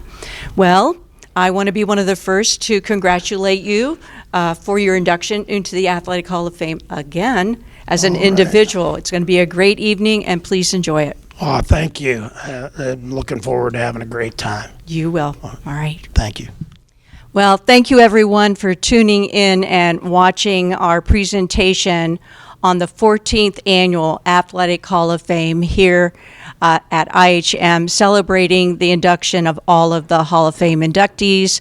I hope that you enjoyed it as much as I did. We had a lot of great stories of our 13 inductees and our one team. Thank you so much for tuning in. This is Kathy Mock, Austintown Board of Education member, signing off.